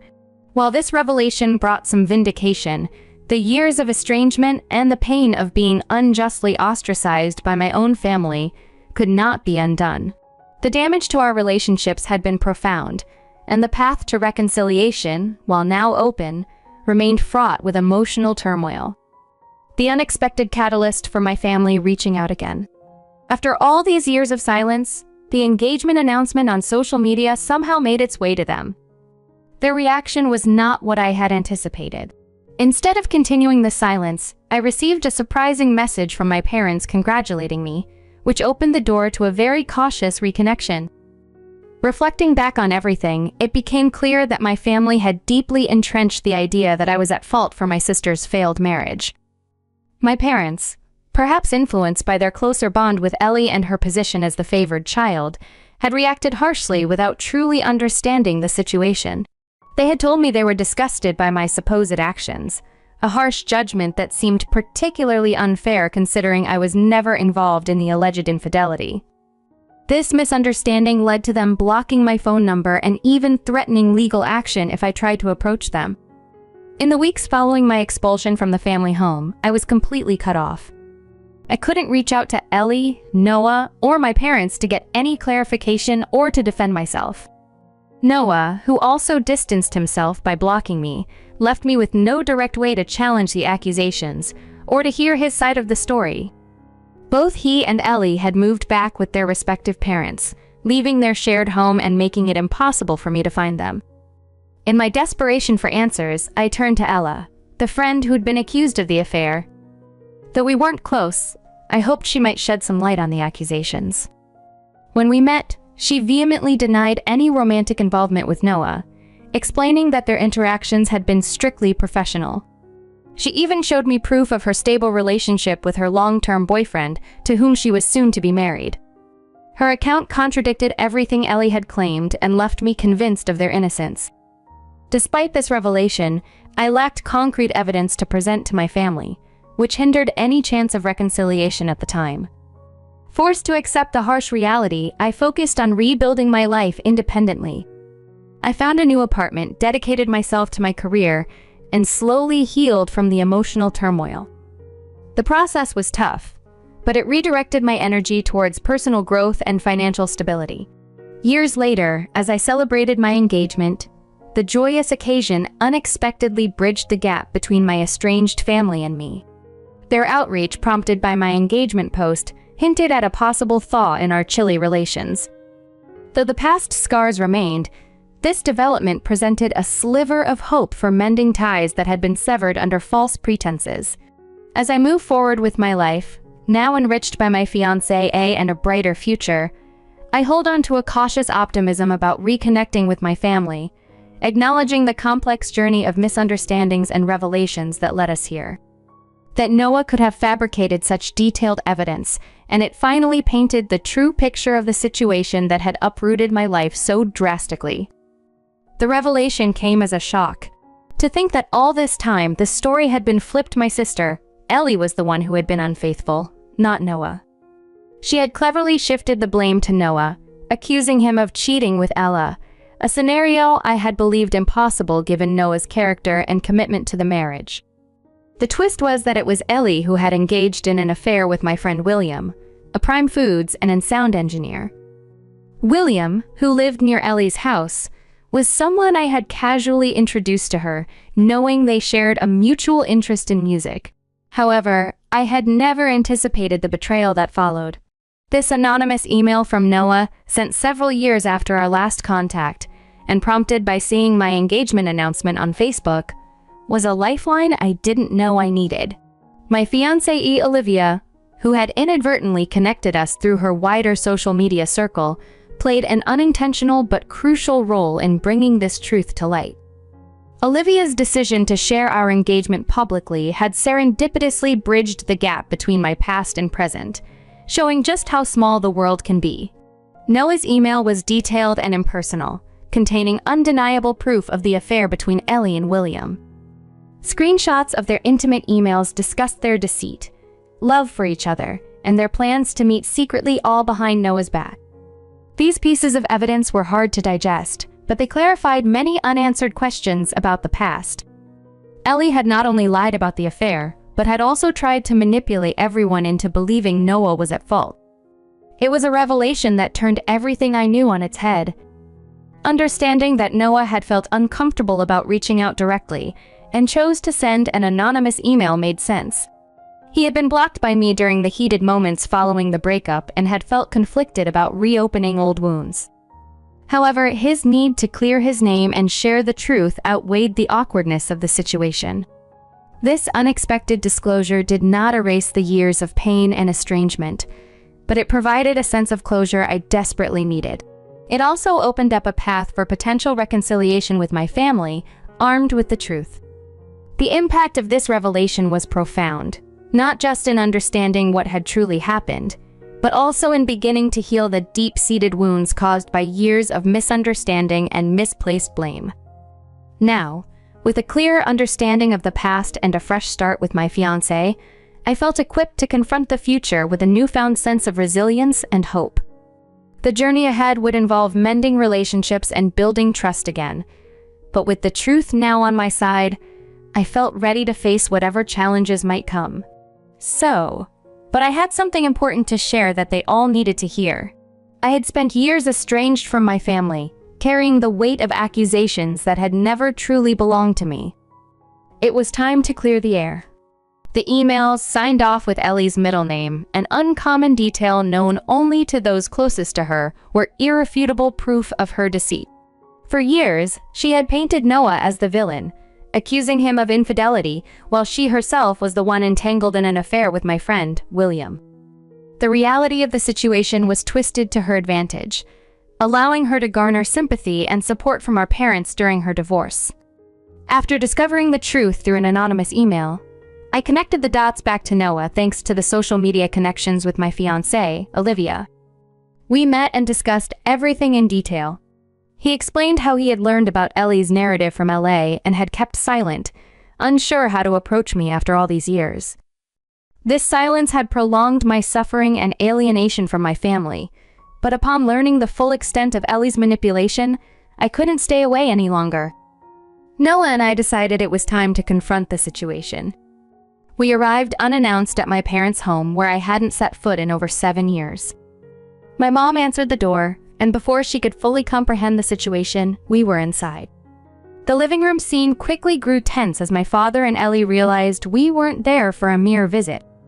Despite my father's immediate threats to call the police, I stood my ground, driven by the need to expose the lies that had fractured our family. I explained everything to them, showing them the emails that proved Ellie's infidelity. The atmosphere was charged as the evidence contradicted the narrative they had believed for so long. Seeing the deception laid bare, the dynamics in the room shifted. Ellie, usually the couch potato who relied heavily on our parents, had no work or excuses to hide behind. It was a moment of reckoning for her and a pivotal one for me. The confrontation wasn't just about vindication or unraveling lies, it was about seeking a resolution to years of pain and misunderstanding. I hoped that by bringing everything to light, there might be a path to reconciliation. Not just with my parents, but potentially with Ellie too, despite the deep betrayal. As the reality sank in, the possibility of rebuilding our family under the shadow of truth rather than the veil of deceit loomed on the horizon. It was a daunting but necessary step towards healing and possibly forgiving. The road to recovery would be long and fraught with challenges, but standing there, in the home I once knew, I felt a cautious optimism about mending the broken ties. After all, understanding the full story was the first step towards forgiveness and, hopefully, a more honest and open family relationship in the future. She keeps finding ways to contact me. It's exhausting, really, but I'm firm on not letting her drama drag me back into the chaos. The day we confronted my family with the truth about Ellie's deception, it was as if years of built-up tension and mystery unraveled in just a few moments. Noah and I presented the divorce documents alongside screenshots of Ellie and William's emails that exposed their affair. My parents were shocked, not only by the revelation, but also by the additional sting that Ellie had to part with our grandmother's cherished diamond ring to settle the divorce, a ring that held sentimental value far beyond its monetary worth. As we laid out the facts, Ellie tried to dismiss herself from the living room, likely overwhelmed by the evidence stacked against her. Noah detailed the circumstances to my parents, and I filled in the gaps, explaining how the false narrative had cast me out for years. The atmosphere was thick with betrayal and disbelief. My father, initially hesitant, demanded a straightforward explanation from Ellie. However, when it became clear she was still weaving lies, he decided he had enough. He packed up her things and handed her the bags, echoing the expulsion I had faced years ago. This time, though, it was Ellie pleading for sympathy, not me. As Noah and I left the house, my resolve was firm. I had been vindicated, but the cost was high. The family dynamic had been irrevocably altered, and while part of me felt satisfaction at seeing karma in action, another part of me was just tired of all the drama. Recently, Ellie showed up at my doorstep, desperate and tearful, demanding I intervene on her behalf with our parents. It was surreal seeing her so unraveled, especially considering how she had once convinced everyone that I was the problem. I refused to help, telling her that our debts were now settled. She left a message on my door, accusing me of being vengeful. Maybe I was, but after everything, I felt justified. Despite the turmoil, I have no regrets about bringing the truth to light. The whole ordeal has only solidified my decision to distance myself from Ellie. She continues to attempt contact, hoping to elicit sympathy or assistance, but I remain detached. Her lifestyle changes, having to pay for her own living expenses, are a consequence of her actions, not my responsibility. So now, as I reflect on everything that's happened, I stand by my decisions. I've blocked her number again, and any lingering guilt about the repercussions she's facing has dissipated. It's time for me to focus on my future with Olivia, free from the shadows of the past. As for Ellie, I hope she finds a way to rebuild her life, but it will be without my involvement. Amidst the chaos of preparing for my wedding with Olivia, my parents suddenly appeared out of the woodwork, wanting to reconnect after spotting our engagement announcement on Facebook. They expressed a desire to attend the wedding without even offering an apology for their past actions. It was baffling to see them act as if nothing had happened, assuming they could just walk back into my life for such a significant occasion. Olivia and I could only shake our heads and laugh at their messages, which seemed almost surreal in their disconnect from reality. The situation escalated when Ellie, undeterred by my previous warnings, dramatically threw herself across my car one morning, refusing to let me leave for work. Her actions forced me to call the police, and she was taken away while still trying to paint herself as the victim. Despite pressing charges, I knew my parents would bail her out, and I was right. They even had the audacity to send me a lengthy text afterward, criticizing me for being too harsh and calling their betrayal an honest mistake. Their message was almost comical in its lack of self-awareness. They seemed to forget the years of hurt and betrayal that led to my estrangement, expecting forgiveness and kindness as if they had merely misplaced an item, not nearly destroyed my life. I responded firmly, reminding them that they had lost any right to dictate my actions or judge my decisions long ago. Returning from work, I found yet another message from them, this time inviting Olivia and me to dinner to sort things out before the wedding. They claimed they were giving both their children a second chance, as if I had been at fault in the past. Olivia and I laughed at their audacity. It was clear they still didn't grasp the extent of their actions or my resolve. I wrote back one last time, making it clear that I had no interest in reconnecting or attending any dinner. I was content with my life as it had been for the past 7 years without them. Their so-called forgiveness and offers of reconciliation meant nothing to me.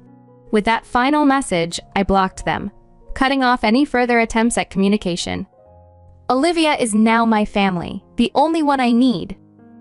My parents and Ellie have shown repeatedly that they are incapable of seeing beyond their own needs and desires. If they try to reach out again, they'll find themselves talking to my lawyer instead.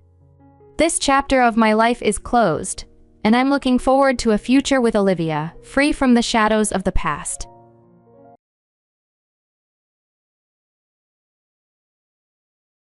Thrown out as a teenager because of baseless rumors perpetuated by my twin brother, I now find myself at 26, witnessing my parents, who once abandoned me, demand a share of my accomplishments. I grew up with a twin brother, and it was clear from the start that our parents treated us unequally. They seemed to believe my brother was destined for greatness, while I, always more keen on sports and socializing than academics, was labeled the black sheep. This constant comparison hurt my self-esteem early on. My childhood was marred by watching my brother enjoy lavish birthday celebrations and frequent sleepovers, while I was often sidelined. The only solace came from my grandmother, who showed me affection and small treats during her visit. As we grew, the favoritism I endured escalated into outright emotional abuse. My parents would ridicule my academic performance and trivialize my interests, making me feel perpetually inadequate. Despite my talents in sports, they restricted me from participating in any extracurricular activities, insisting I focus solely on my studies like my brother. The situation worsened in high school. When I was caught using Snapchat, a normal activity for teens, my parents exploded, treating it as a grave offense.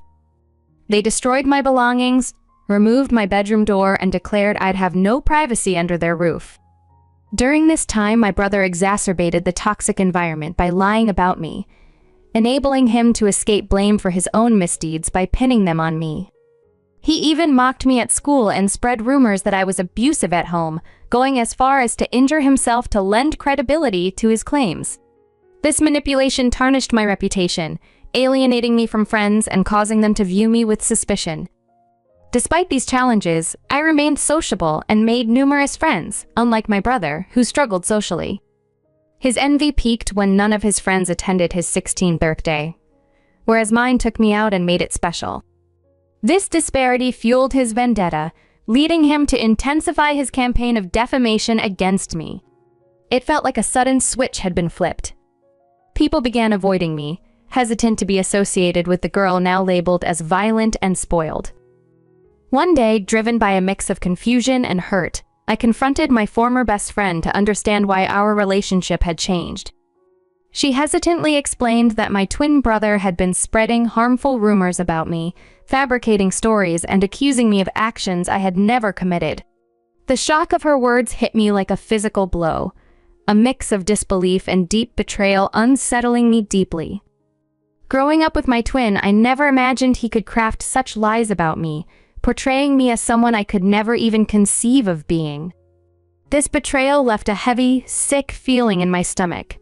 I confronted him the next day at school, but he coldly dismissed me, smirking and cruelly stating that I deserved to be alone.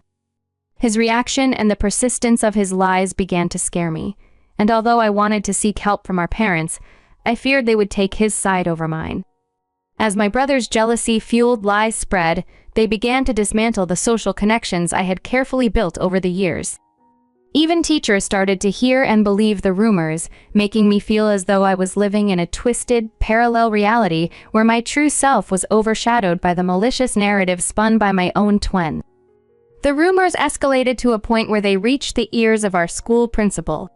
Confronted with this nightmare scenario, I was summoned along with my brother and our parents to the principal's office for a discussion. Heart pounding, I sat there as my brother doubled down on his false accusations in front of the principal, portraying me as a bully who attacked him when our parents were away. I sat in shock as he wove a twisted tale of my supposed anger and jealousy, a fabrication so far from the truth it left me reeling.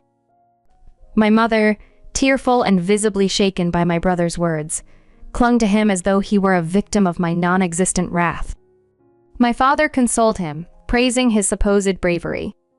Despite my desperate attempts to defend myself and explain the truth, the principal sternly reprimanded me, stating that the school would not tolerate bullying. Despite my tears and pleas for understanding, the principal decided on a 10-day suspension to set an example against bullying. Crushed and pleading for a reconsideration, I was helpless as my parents, angry and embarrassed, dragged me out of the office. The weight of injustice was overwhelming as we left the school. Back at home, without any explanation, my father began packing my things. Confused and still reeling, I watched as he declared that he could no longer allow me to live under the same roof as my brother. My mother, though asking what he was doing, did not intervene as he made his decision. In a whirlwind of confusion, hurt, and humiliation, I was forced to face the harsh reality of being pushed out of my own home based on lies spun by my twin. Tears streaming down my face, I was practically on my knees, pleading with my brother to confess the truth, but he remained cold and indifferent to my distress. Meanwhile, my father continued to pack my belongings hastily, throwing my suitcase into the foyer as if to rid the house of my presence. Clinging to my dad's legs, I begged him not to cast me out, but he coldly declared that a supposed bully like me didn't deserve a place in his home. He mentioned that he would call my grandmother to pick me up if she was willing to take me in. It felt as if the foundation of my world had been pulled out from under me. Standing amidst my scattered belongings in the foyer, I watched the nightmarish scene unfold until my grandmother arrived. She quickly gathered my things and helped me place them in her car.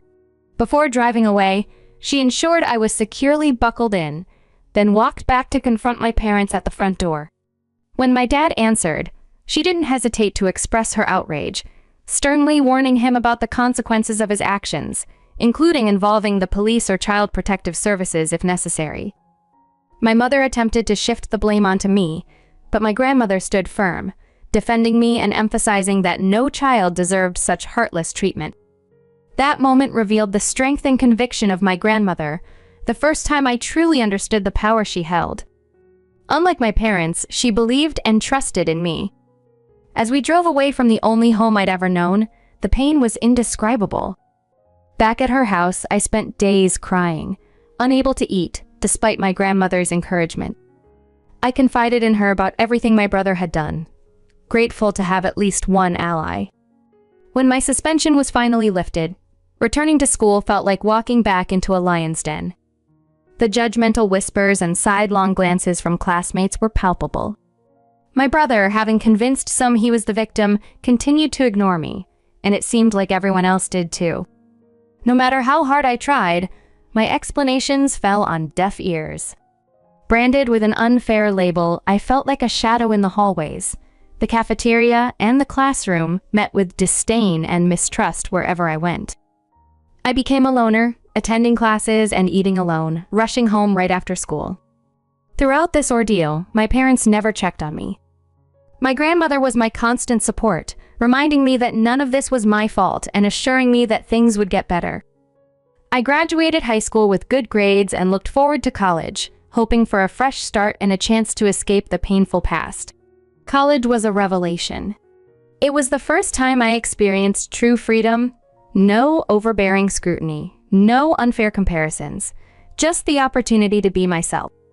I made friends with like-minded people and finally felt a sense of belonging. During this time, I rediscovered my passion for writing. Although I had put aside my dream of becoming a writer, freelancing seemed a viable way to earn some extra money. I signed up on various freelancing websites and slowly began to build a portfolio, securing jobs from prominent clients. This side hustle throughout college allowed me to maintain financial independence from my parents and heal from the emotional and physical scars of my past, as I embraced the college experience and looked forward to a future where I could truly thrive. After settling into a corporate job, I realized content writing wasn't just a passion, but a viable full-time career. Thanks to my multiple clients and the long-term professional relationships I had built, I often found myself involved in various projects. This thriving writing career didn't just secure my financial independence, it also freed me to travel the world as a blog. The healing power of travel was immense, although it wasn't always easy. I diligently saved money and took bold steps towards my own growth. Throughout my adventures, the only person I still considered family was my beloved grandmother. Despite her sadness when I moved out, she understood my need for independence. No matter how busy I got, I made it a point to spend weekends with her, sharing meals or enjoying long conversations on the porch, reminiscing about my childhood or discussing recent events. Sometimes, I'd dedicate entire afternoons to helping her with household chores or accompanying her on walks in the local park. Recently, I completed one of the most significant projects of my career. Although I can't disclose the brand, I was fortunate to write blogs and product descriptions for them. After wrapping up, I encouraged the team to leave positive reviews on my professional websites, which they gladly did. I captured these accolades in screenshots and shared them on my Instagram, knowing well the impact of such a renowned collaboration. This exposure led many other content photographer and potential clients to reach out, congratulating me and requesting my services. My success even caught the eye of my college's principal, who invited me back to speak about building a career in content writing. Despite my nerves about public speaking, I accepted, eager to share my journey. Standing before an audience of aspiring photographer, I felt my life had come full circle.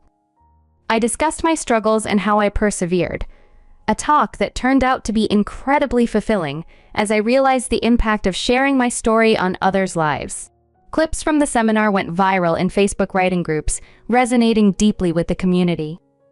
This newfound recognition led to an invitation to appear on a local news show to discuss the benefits of content writing. Although nervous, I was excited to share my insights on a wider platform.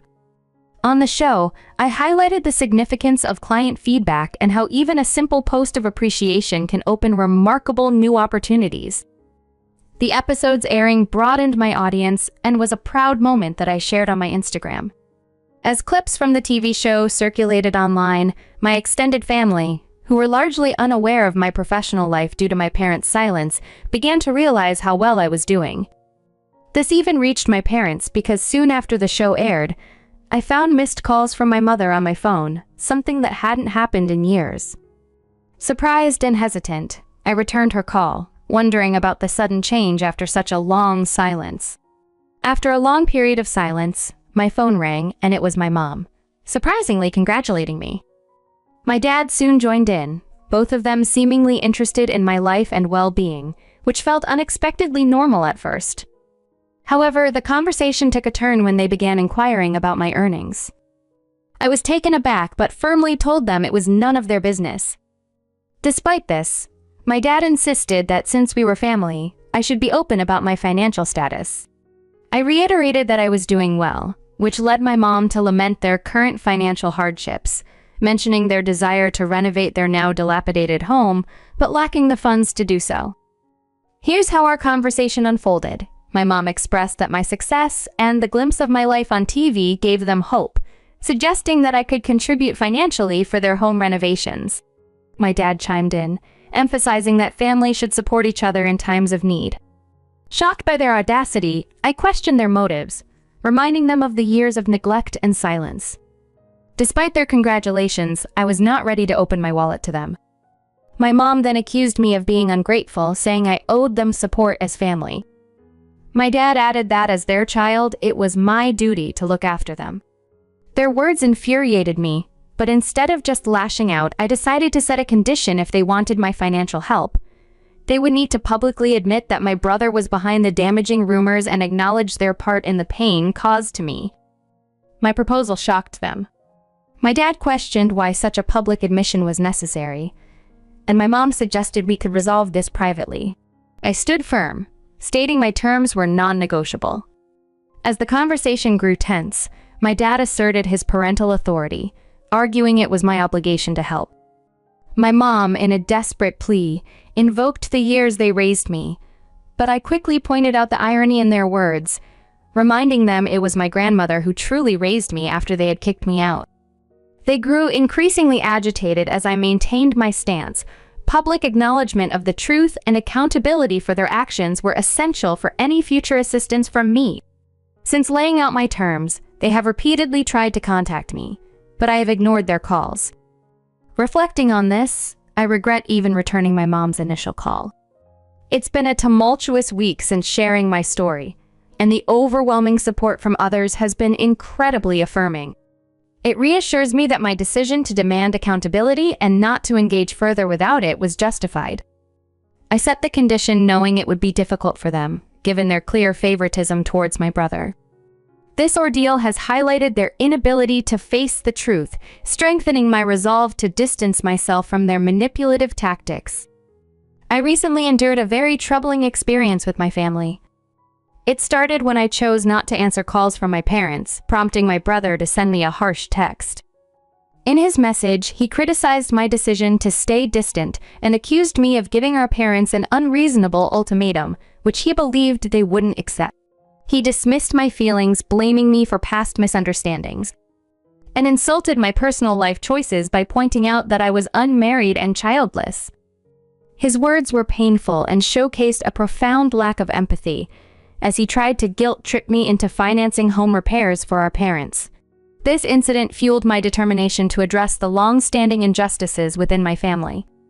I composed an email to my parents and extended relatives, revealing the preferential treatment my brother received during our upbringing and the false rumor he spread about me in school, which significantly damaged my reputation.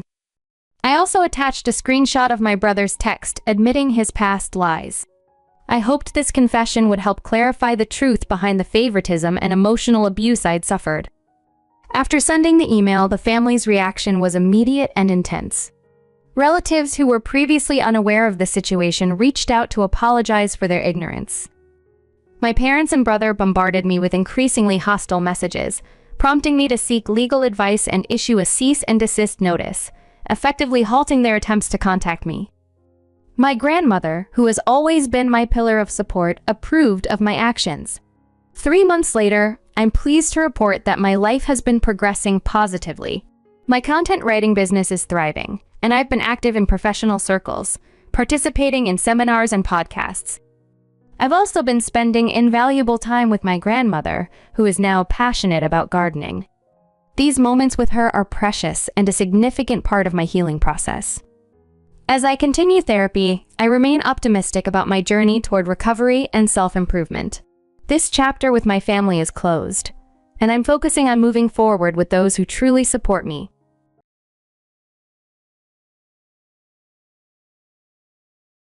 I'm Nora, a 34-year-old working housewife, was ruthlessly dismissed by her husband Elias and his mother Victoria. They coldly informed her that they were divorcing her because she couldn't have children, and they planned to take the house and car as well. Their harsh words and mocking smiles revealed their true natures as mother and son. Nora had always felt like an outsider in their family, used for their convenience.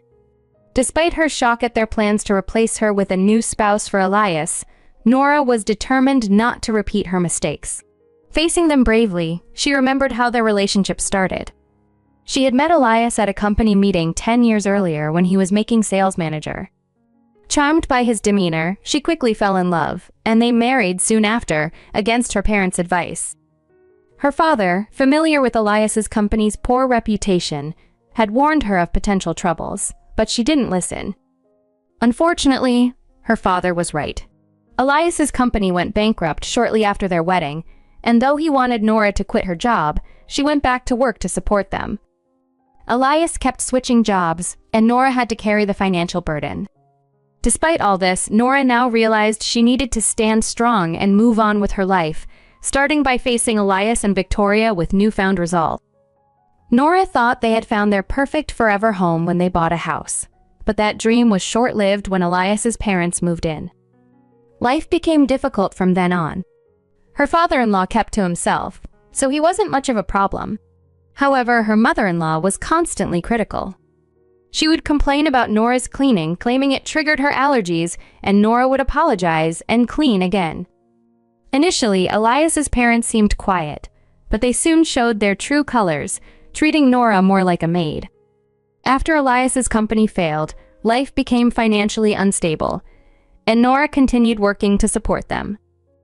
Yet, her in-laws didn't see the importance of her job, dismissing it as a side gig. Victoria kept criticizing, saying Elias was working hard while Nora was neglecting her chores. Elias began to echo his mother's harsh words, accusing Nora of slacking off. He told her she needed to manage both her job and housework better. The kind and supportive Elias she once knew was gone, and he started treating her like a servant too. Things got even more challenging when her father-in-law's health deteriorated due to his unhealthy lifestyle. He collapsed and required constant care, which naturally fell on Nora to manage. Victoria left the caregiving responsibilities to Nora and did as she pleased. Nora managed with the help of aides and home care services. However, during a brief trip to the store, her father-in-law passed away. Victoria blamed Nora, saying it was her fault for not being there. Shaken by the experience and Victoria's accusations, Nora blamed herself and believed she had to make amends. She started following Victoria and Elias's orders without question. However, deep down, she began to question if this was the life she truly wanted. She had married Elias hoping for happiness, but she was far from happy. Caught up in the daily grind, she didn't have the energy to make changes. One day, after a long day at work, Nora walked past a small boutique and noticed a pair of shoes in the window that caught her eye. Nora had always noticed this little store but had never bought anything because her budget was tight. However, one day, a pair of shoes in the window caught her eye and she couldn't look away. Before she knew it, she had bought them using her savings, knowing she had to keep the purchase a secret from Elias and Victoria, who would disapprove of even a simple pair of socks. The shoes were pricey, and Nora knew there would be trouble if Elias and Victoria found out. So, she hid them deep in their box and tucked them away at the back of her closet. She thought about saving them for a special occasion, maybe even rekindling friendships from school that she had lost touch with.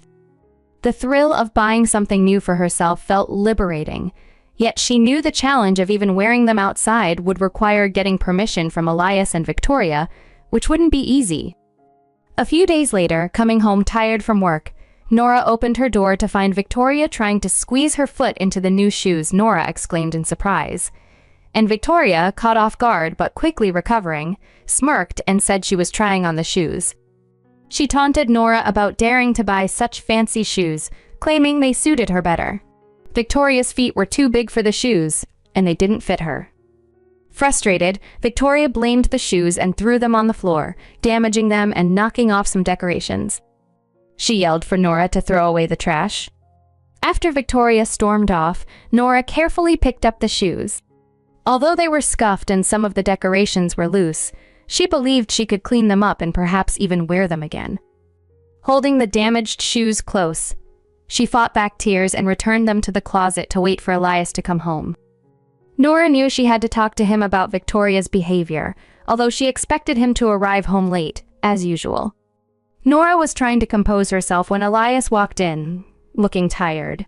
She cautiously began to tell him about Victoria trying on her shoes without asking. Elias responded dismissively, saying it wasn't a big deal since they were both women. Nora tried to explain further, but Elias interrupted, angrily questioning if she had bought the shoes with his money. Taken aback by his reaction, Nora started to defend herself, but Elias didn't let her speak and accused her of using his money without permission. He even questioned her right to complain about his mother wearing the shoes. Despite Elias's belief that they couldn't survive on his earnings alone, he seemed to have forgotten that it was actually Nora's income that was supporting them, especially since Victoria had moved in. Frustrated, Nora corrected him, saying she used her own savings for the shoes. Elias scoffed at her earnings, which made Nora snap back, accidentally louder than she intended, pointing out that he didn't earn much either. This angered Elias further, and he threw his bag at her. It missed her and hit the wall, but the violent act left Nora in shock and fear. Elias stormed out, slamming the door behind him, leaving Nora in tears. She had never talked back to him like this before, and his aggressive response scared her. Later, feeling unwell from the stress, Nora went to work but was pale and unsteady, prompting her colleagues to suggest she go home early. As she reached her front door, it suddenly opened, startling her. An unfamiliar woman looked Nora over, snorted dismissively, and walked away. Confused and shaken, Nora confronted Elias, who was at home due to his night shift job. When she demanded to know who the woman was, Elias hesitated, and before he could answer, Victoria interjected, revealing that the woman was Elias's new wife-to-be. Victoria bluntly told Nora that since she hadn't had children, Elias had found someone else who was younger and seemed more capable. She urged Nora to hurry up and get divorced. Nora was left stunned and hurt, not just by Elias's betrayal, but also by his and Victoria's boldness in bringing his new partner into their home. Nora listened in disbelief as Elias proudly told her about his new girlfriend, who was willing to wait for him to get a divorce. His confidence grew as he saw Nora's shock, and he callously declared his intentions to divorce her because she couldn't have children, planning to take their house and car too. Beside him, Victoria laughed maliciously, echoing Elias's sentiments that Nora was no longer part of the family and should return to her parents. For years, they had treated Nora like a servant, manipulating her for their convenience. Nora had tolerated a lot, but she never expected them to be so boldly selfish about pushing her aside for someone new. Disgusted with herself for not seeing their true colors earlier and regretting her decision to marry into this manipulative family, Nora found a sudden resolve. Facing Elias and Victoria squarely, she announced she would handle the situation. Their surprised expressions gave her a brief moment of satisfaction as she left for the town hall. It was fortunate she had come home early that day. Calm and determined, Nora filled out the divorce papers. Returning home, she handed the papers to Elias, who was lounging in the living room, taken aback by her decisiveness. Ignoring his confusion, Nora quickly packed her few belongings, not forgetting the hidden shoes she had recently bought, and urged Elias to complete his part of the paperwork. With a final check of the completed forms, she smiled at the bewildered pair and bid them farewell, leaving them speechless as she walked out. Nora stayed at a hotel near her office, relishing the rare solitude and freedom she hadn't experienced since before her marriage. She enjoyed her time alone, returning to her normal work routine the next day. Elias, unable to grasp the reality of their situation, bombarded her with calls, which she ignored until evening. When she finally answered, Elias was almost crying, accusing her of taking the car and ruining his plans for a drive with his new partner. His new girlfriend was apparently disappointed, and Elias was desperate. Nora, fed up with his selfishness and obliviousness, firmly corrected him. The car was hers, legally and rightfully. Elias's protestations were cut short as Nora firmly set the record straight, telling him he needed to face the consequences of his decisions and the reality of their separation. Her newfound strength and independence marked the start of a new chapter in her life, one where she would no longer be manipulated or undervalued. The car is officially under my name. I funded it, continuously paid the vehicle taxes, and managed all necessary inspections. You've merely been using it without permission. This was the first time I had ever confronted Elias directly, and it clearly took him by surprise. Despite his astonishment, he struggled to form a coherent argument, questioning the authenticity of my financial contributions. At that moment, frustration washed over me.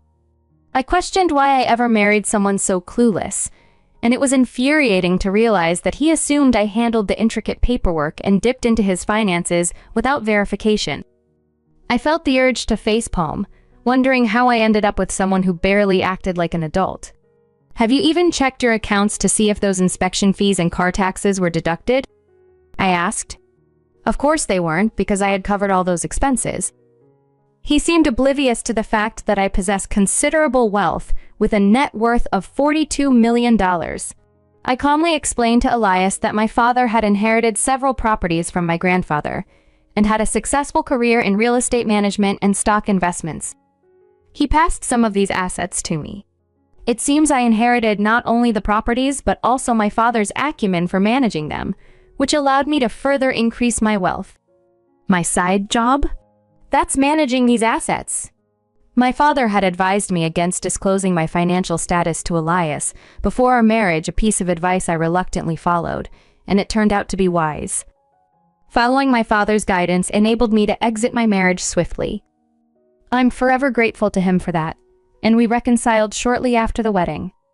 My mother, too, had her reservations, and although they might be saddened by the divorce, I believe they'll understand once I explain. I had to remind Elias of another startling fact. And by the way, the house you and Victoria are living in? That's also mine, and I'm planning to sell it. You'll need to move out soon. Elias was bewildered, unable to comprehend the reality. He thought the house was his, but I quickly corrected him. What are you talking about? I purchased the house and have been handling the mortgage payments alone. You never attended any meetings with the builder, the realtor, or the bank. Arguing further seemed futile at that point, so I chose to methodically dismantle his unfounded claims, setting the record straight once and for all. When we were building the house, Elias used his job as an excuse to delegate all the responsibilities to me. This allowed me to design the house exactly how I wanted. However, after our marriage soured, the house became a reservoir of unhappy memories, prompting my decision to sell it post-divorce. Despite my clear explanations, Elias was in denial, panicking and claiming the house as his own. Are the mortgage payments coming from your account every month? Check your bank statements, I urged him. If you were actually paying, your savings would have been depleted long ago. I had previously made it clear to Elias that both the house and the land were registered in my name, and that I was solely responsible for the mortgage. He seemed to understand at the time, but his agreement was just lip service. After years in the house, he had deluded himself into thinking it was a bizarre notion for an adult, yet not surprising given he also thought he owned my car. But I live here now. You can't just kick out your family and sell the house. That's not right, Elias protested. Stop frustrating me further, I responded, wary of his antics. I filed for divorce yesterday. We're practically strangers now. Isn't it odd for a stranger to live in a house that isn't theirs? You filed the divorce papers? He exclaimed, shocked. You brought another woman into my house, demanded a divorce, and now this surprises you? Did you forget what happened just yesterday? I methodically refuted each of Elias's ridiculous assertions. I'm tired of your nonsense. To me, you're just an irritating person residing in my property and making unreasonable demands.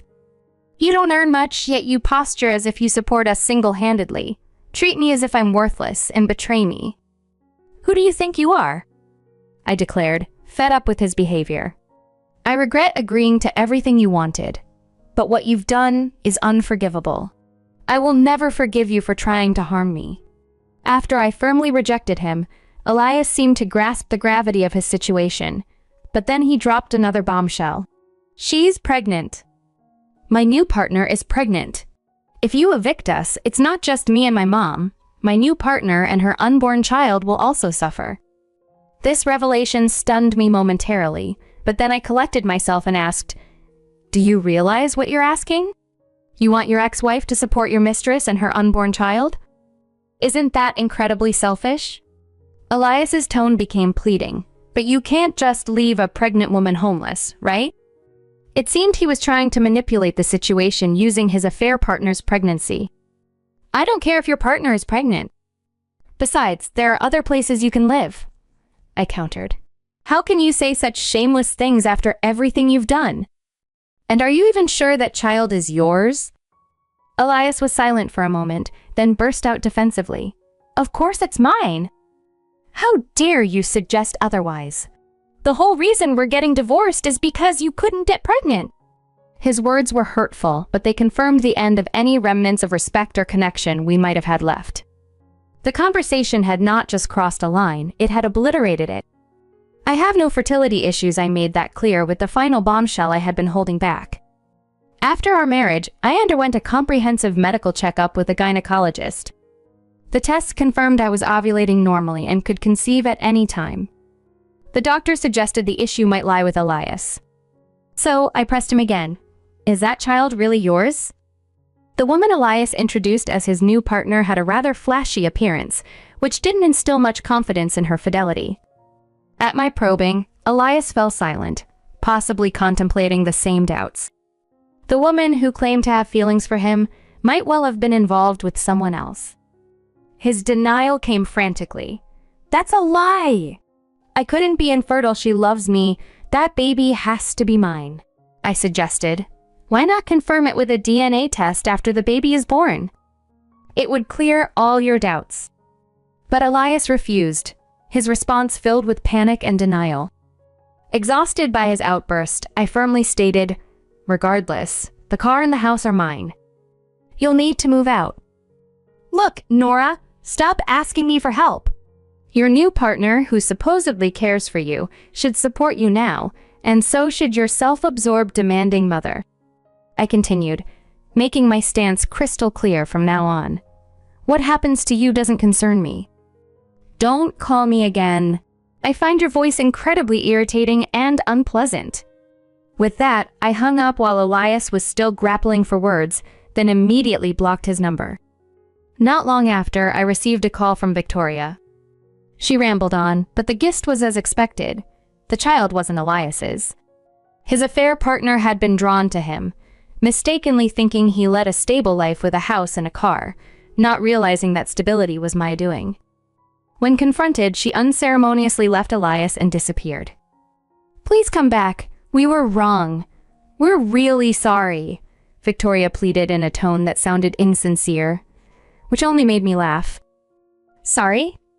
You, who treated me so poorly. That's laughable. Do you even grasp the meaning of the words Ari? Maybe you should look it up." Her true colors showed when she retorted, "How dare you speak to me like that?" It was clear she wasn't sorry at all. I replied coolly, "Get out of the house soon. I've got a buyer lined up." Victoria's pleas continued, but I was unmoved. "If you resist, I'll hire a lawyer." "It's best you move out quickly." I hung up and blocked Victoria's number too. Considering the events, I thought about changing my phone for peace of mind. A new model had just been released, making it the perfect opportunity. As I left to treat myself to a nice meal, a smile spread across my face, feeling a sense of relief and finality. Later, the house sold without issue, and Elias and Victoria moved to a rundown apartment, which was all Elias's salary could afford now. It seems they're having a tough time making ends meet, and they've been asking relatives for help, but no one is willing to lend them support. The rumor is that relatives think they're getting their just desserts for driving me away. I've heard whispers that they've resorted to foraging for wild plants and fetching water from public parks. But since Victoria's last call, I haven't spoken to or seen them, so I can't confirm their situation. Honestly, I'm not concerned about how they're doing, and I've lost interest in their lives. Unless Elias secures a better job, their prospects look bleak. As for me, life has been joyful and liberating post-divorce. I've embraced being single and only recently informed my parents about the sale of the house and my marital status during a visit to apologize and update them. They weren't shocked by the divorce.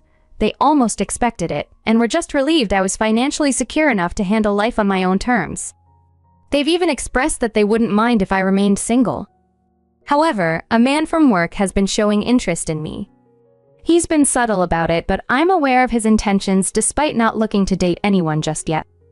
He knows about my past with Elias and yet seems genuinely interested, which makes me think about the future.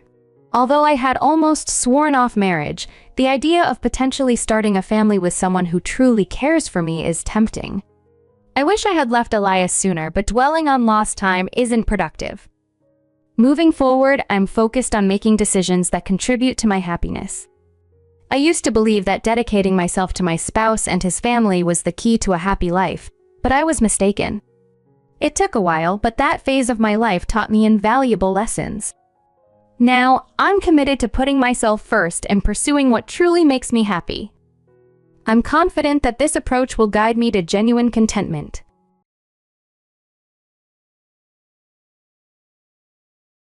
"3 years ago, my father retired as CEO of the research technician he founded. For nearly 7 years, he had assured me, a 27-year-old man, that I would succeed him as CEO. However, during his retirement party, which I had organized, he unexpectedly named my brother-in-law, William, as his successor. This announcement blindsided me, especially since I had dedicated 7 years to the company, whereas William had only been involved for about a year. William, 29, had been a part of our family for nearly 7 years, being married to my sister for 3 of them. While I recognized William's contributions and character, I was devastated by my father's decision and felt it deeply unfair. When I confronted my father privately, he explained his decision by stating that William exhibited more of the leadership qualities he valued than I did. He believed William would better serve the company's future. The reason my father considered me a disappointment stemmed from his perceptions of my mental toughness. A few months before his retirement, during a family dinner, I had inadvertently revealed my struggle with general anxiety disorder by dropping my prescribed anti-anxiety medication. Although my mother was understanding, my father was not supportive. He views mental strength as paramount and began to doubt my capabilities as a leader due to my condition. Despite my assurances that my anxiety had never compromised my work performance, my father accused me of using my diagnosis as an excuse and relying too much on medication. Following much reflection, he concluded that William was the better choice for CEO, believing he possessed the resilience and qualities similar to his own, which he found lacking in me. This decision and his explanation for it profoundly affected my respect for him and altered our relationship. He told me I was free to leave the company if I wished, but his lack of trust in my ability to lead it, as he had, was clear. He doubted my strength, unwilling to pass the reins to me despite earlier implications that I would be the next CEO. This realization struck me hard at his retirement party, prompting me to leave early and sever ties with my father. The pain of that night lingered. He chose to appoint someone else as CEO, a decision influenced perhaps by his perception of my anxiety as a weakness. In response, I resigned and soon after began a new job. The familial bonds frayed further when my sister accused me of attacking her personally by resigning in anger over the CEO decision, leading to a fallout between us. For the past 4 years, communication with my family has been minimal. I occasionally speak with my mother, who meets with me once a month, urging reconciliation with my father, but I remain uninterested. Recently, she frantically informed me that the new CEO had been arrested for tax fraud, implicating my father due to his association with the company. She pressed me to reconnect with my father, possibly to testify on his behalf, but I firmly declined. The risk of entanglement in a fraud investigation, possibly extending to other executives, was too great. I made it clear to my mother that I would not involve myself in the situation, arguing that if my father truly needed my help, he should reach out himself. The distance I've maintained from the company's turmoil, I believe, is for the best. My mother accused me of being childish and insisted that I should talk to my father to mend fences, emphasizing the family's need to unite during tough times. I found her demands unreasonable and stood firm on my decision not to reach out to him, which upset her further. She called me selfish and heartless, criticizing me for clinging to past grievances. I felt her comments were harsh, especially since she would likely struggle to forgive in my position after being overlooked for a CEO position I had dedicated 7 years to earn due to reasons beyond my control. It seemed unjust to expect forgiveness when my father hadn't even acknowledged his actions. Our conversation devolved into an argument where I bitterly mentioned that the troubles befalling him and the newly appointed CEO, William, were karma for how they had treated me. After a tense silence, my mother hung up, and later I discovered she had blocked me. Feeling isolated and regretful about my harsh words, I contemplated calling her back, but realized she had made it impossible. It's been a week since she blocked me, leaving me cut off not only from her but from any familial support. While my friends have been supportive, losing the last familial connection has been tough. Despite the fallout, I maintain that I wasn't wrong to express that the situation might be a consequence of their actions. My anxiety disorder, which my father faulted for my supposed inadequacies, doesn't hinder my leadership or work capabilities. His words at the retirement party left a deep mark on me, shaping my feelings and actions to this day. For the last 3 years, my father's outdated views on mental health severely impacted my self-esteem. It left me questioning every decision I made and feeling like an imposter at my new job. It took a considerable amount of time and therapy to begin addressing these unresolved issues. Despite these challenges, my performance at work remained unaffected, and I'm even being considered for a promotion. I believe my father made a significant mistake, and it's disappointing that my mother can't see that. She seems more interested in defending him than acknowledging the hurt caused to me. I've made it clear that I won't make the first move towards reconciliation. They need to genuinely apologize for their actions before I consider re-engaging with the family. Recently, my sister visited, visibly distraught over her husband's legal troubles involving a federal crime. Despite the tension, I couldn't turn her away and tried to offer emotional support. She was unaware of the issues until they escalated and expressed a desperate hope that I could use my workplace connections to help. She even mentioned that my boss's spouse is a court reporter and suggested I could leverage this relationship to aid her husband, offering to pay for any assistance. I found her request inappropriate and firmly declined. I explained that I could not involve my employers or their connections in such matters, nor did I want to compromise my professional standing or my moral principles. I had hoped she visited for emotional support, not to seek such a favor, and her request made it clear that our values were profoundly misaligned. When my sister approached me for help regarding William's tax fraud situation, I made it clear that while I harbored no personal animosity towards him, getting involved in any legal manipulations was out of the question. My decision was purely practical. I didn't want to risk being entangled in a scenario that could potentially jeopardize my own position. I was open to offering emotional support, but that was the extent of it. Despite this, my sister took my refusal hard. She accused me of holding a grudge against her husband over past events, specifically him taking the company position I had hoped for. I tried to clarify that my feelings were more about the situation itself than personal resentment towards William. Indeed, I might have felt a slight resentment, but it wasn't a grudge. William, in my view, wasn't significant enough to warrant such feelings. Unfortunately, my attempts at explanation fell on deaf ears. My sister accused me of being petty and selfish, echoing sentiments that our mother apparently shared. This led to a heated argument, and I asked her to leave my home. It was especially frustrating because, throughout my own challenges, she hadn't offered me the support I was willing to extend to her. Her actions seemed to echo a long pattern of taking personal digs at me whenever things didn't go her way. The argument escalated quickly, with both of us raising our voices until we were shouting over each other, unable to even understand what the other was saying. Eventually, she left, but the confrontation left me deeply upset. Reflecting on the situation, I felt a profound regret for maintaining contact with my family over the past 3 years, wishing I had distanced myself sooner.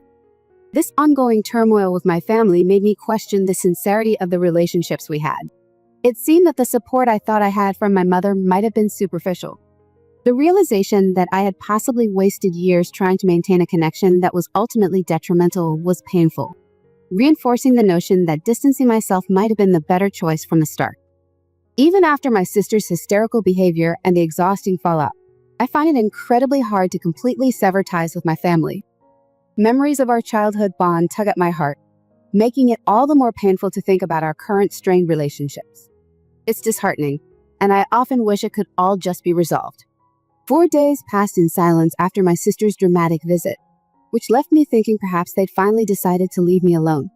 However, today, my parents showed up unexpectedly. I was determined not to make the same mistake as I did with my sister, so I initially refused to let them in. I told them through the door that I saw no point in rehashing old arguments or wasting more time. Surprisingly, my father wasn't there to ask for help but to apologize.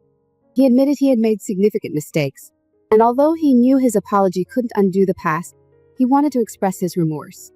This apology caught me off guard.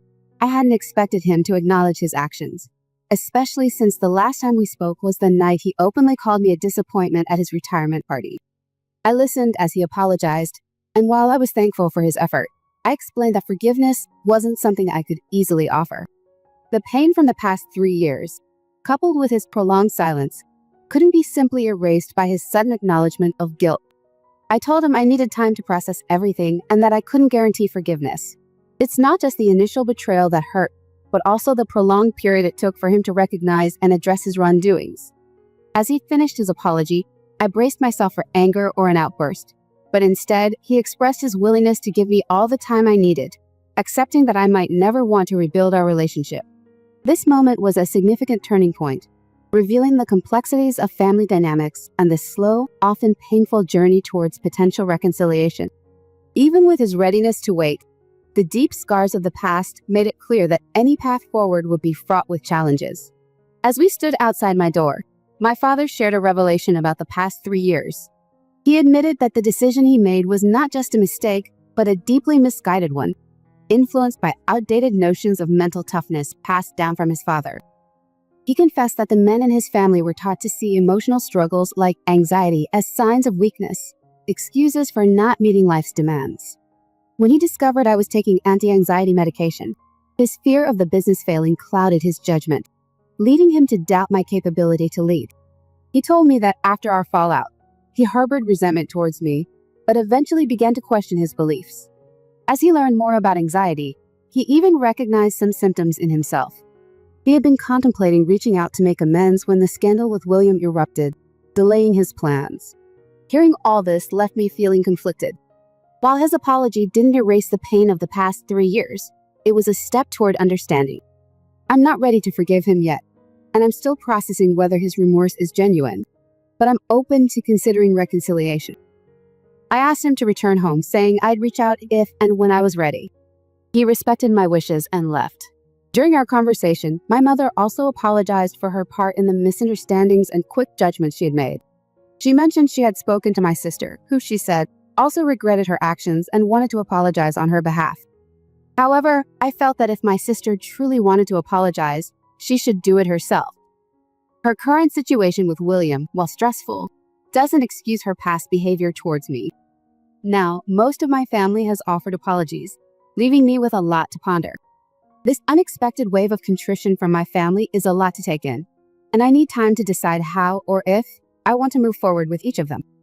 Deciding whether to accept my family's apologies has been one of the toughest choices I've faced. For 3 years, I lived without any real contact with them, except for my mother, and even our relationship has been strained. On one hand, I'm tempted to forgive and move past everything, eager to stop the constant replay of hurtful events in my mind. I don't want to be held back by lingering resentment. On the other hand, I'm unsure if forgiving them is the right decision, or if it merely allows them to escape accountability. The complexity of my feelings is compounded by my deep-seated longing for family connections. Despite everything, I miss them terribly, which only adds to my confusion. I've made it clear that I won't assist them with their current troubles, standing firm on my principles. This stance isn't about whether they expect my help, it's about maintaining my integrity. I've decided to take some time to think it over. After all, if their apologies are genuine and not just a desperate attempt to draw me back in during a crisis, it could mean starting to mend our fractured relationships might be possible. Fast forward to 4 months later, I've been busy with new developments in my life. Eventually, my sister, having dealt with her own issues with William, apologized in person. I gave her the same response I gave our parents. I would consider reconciliation, but it would be on my terms. After much thought, I agreed to slowly rebuild our relationship, starting with monthly dinners. The first dinner was awkward, but their efforts to amend our bond were evident. My father even offered me the CEO position at the family business, which I declined for now. I need more time to decide if I want to take on such a responsibility. Amidst all this, there's been a bright spot. I've started dating a longtime friend. She's actually the one who encouraged me to give my family a second chance. Our relationship has brought a lot of joy and new energy into my life, helping me balance the ongoing family dynamics with personal happiness. So far, things are looking up, and I'm content with where I am.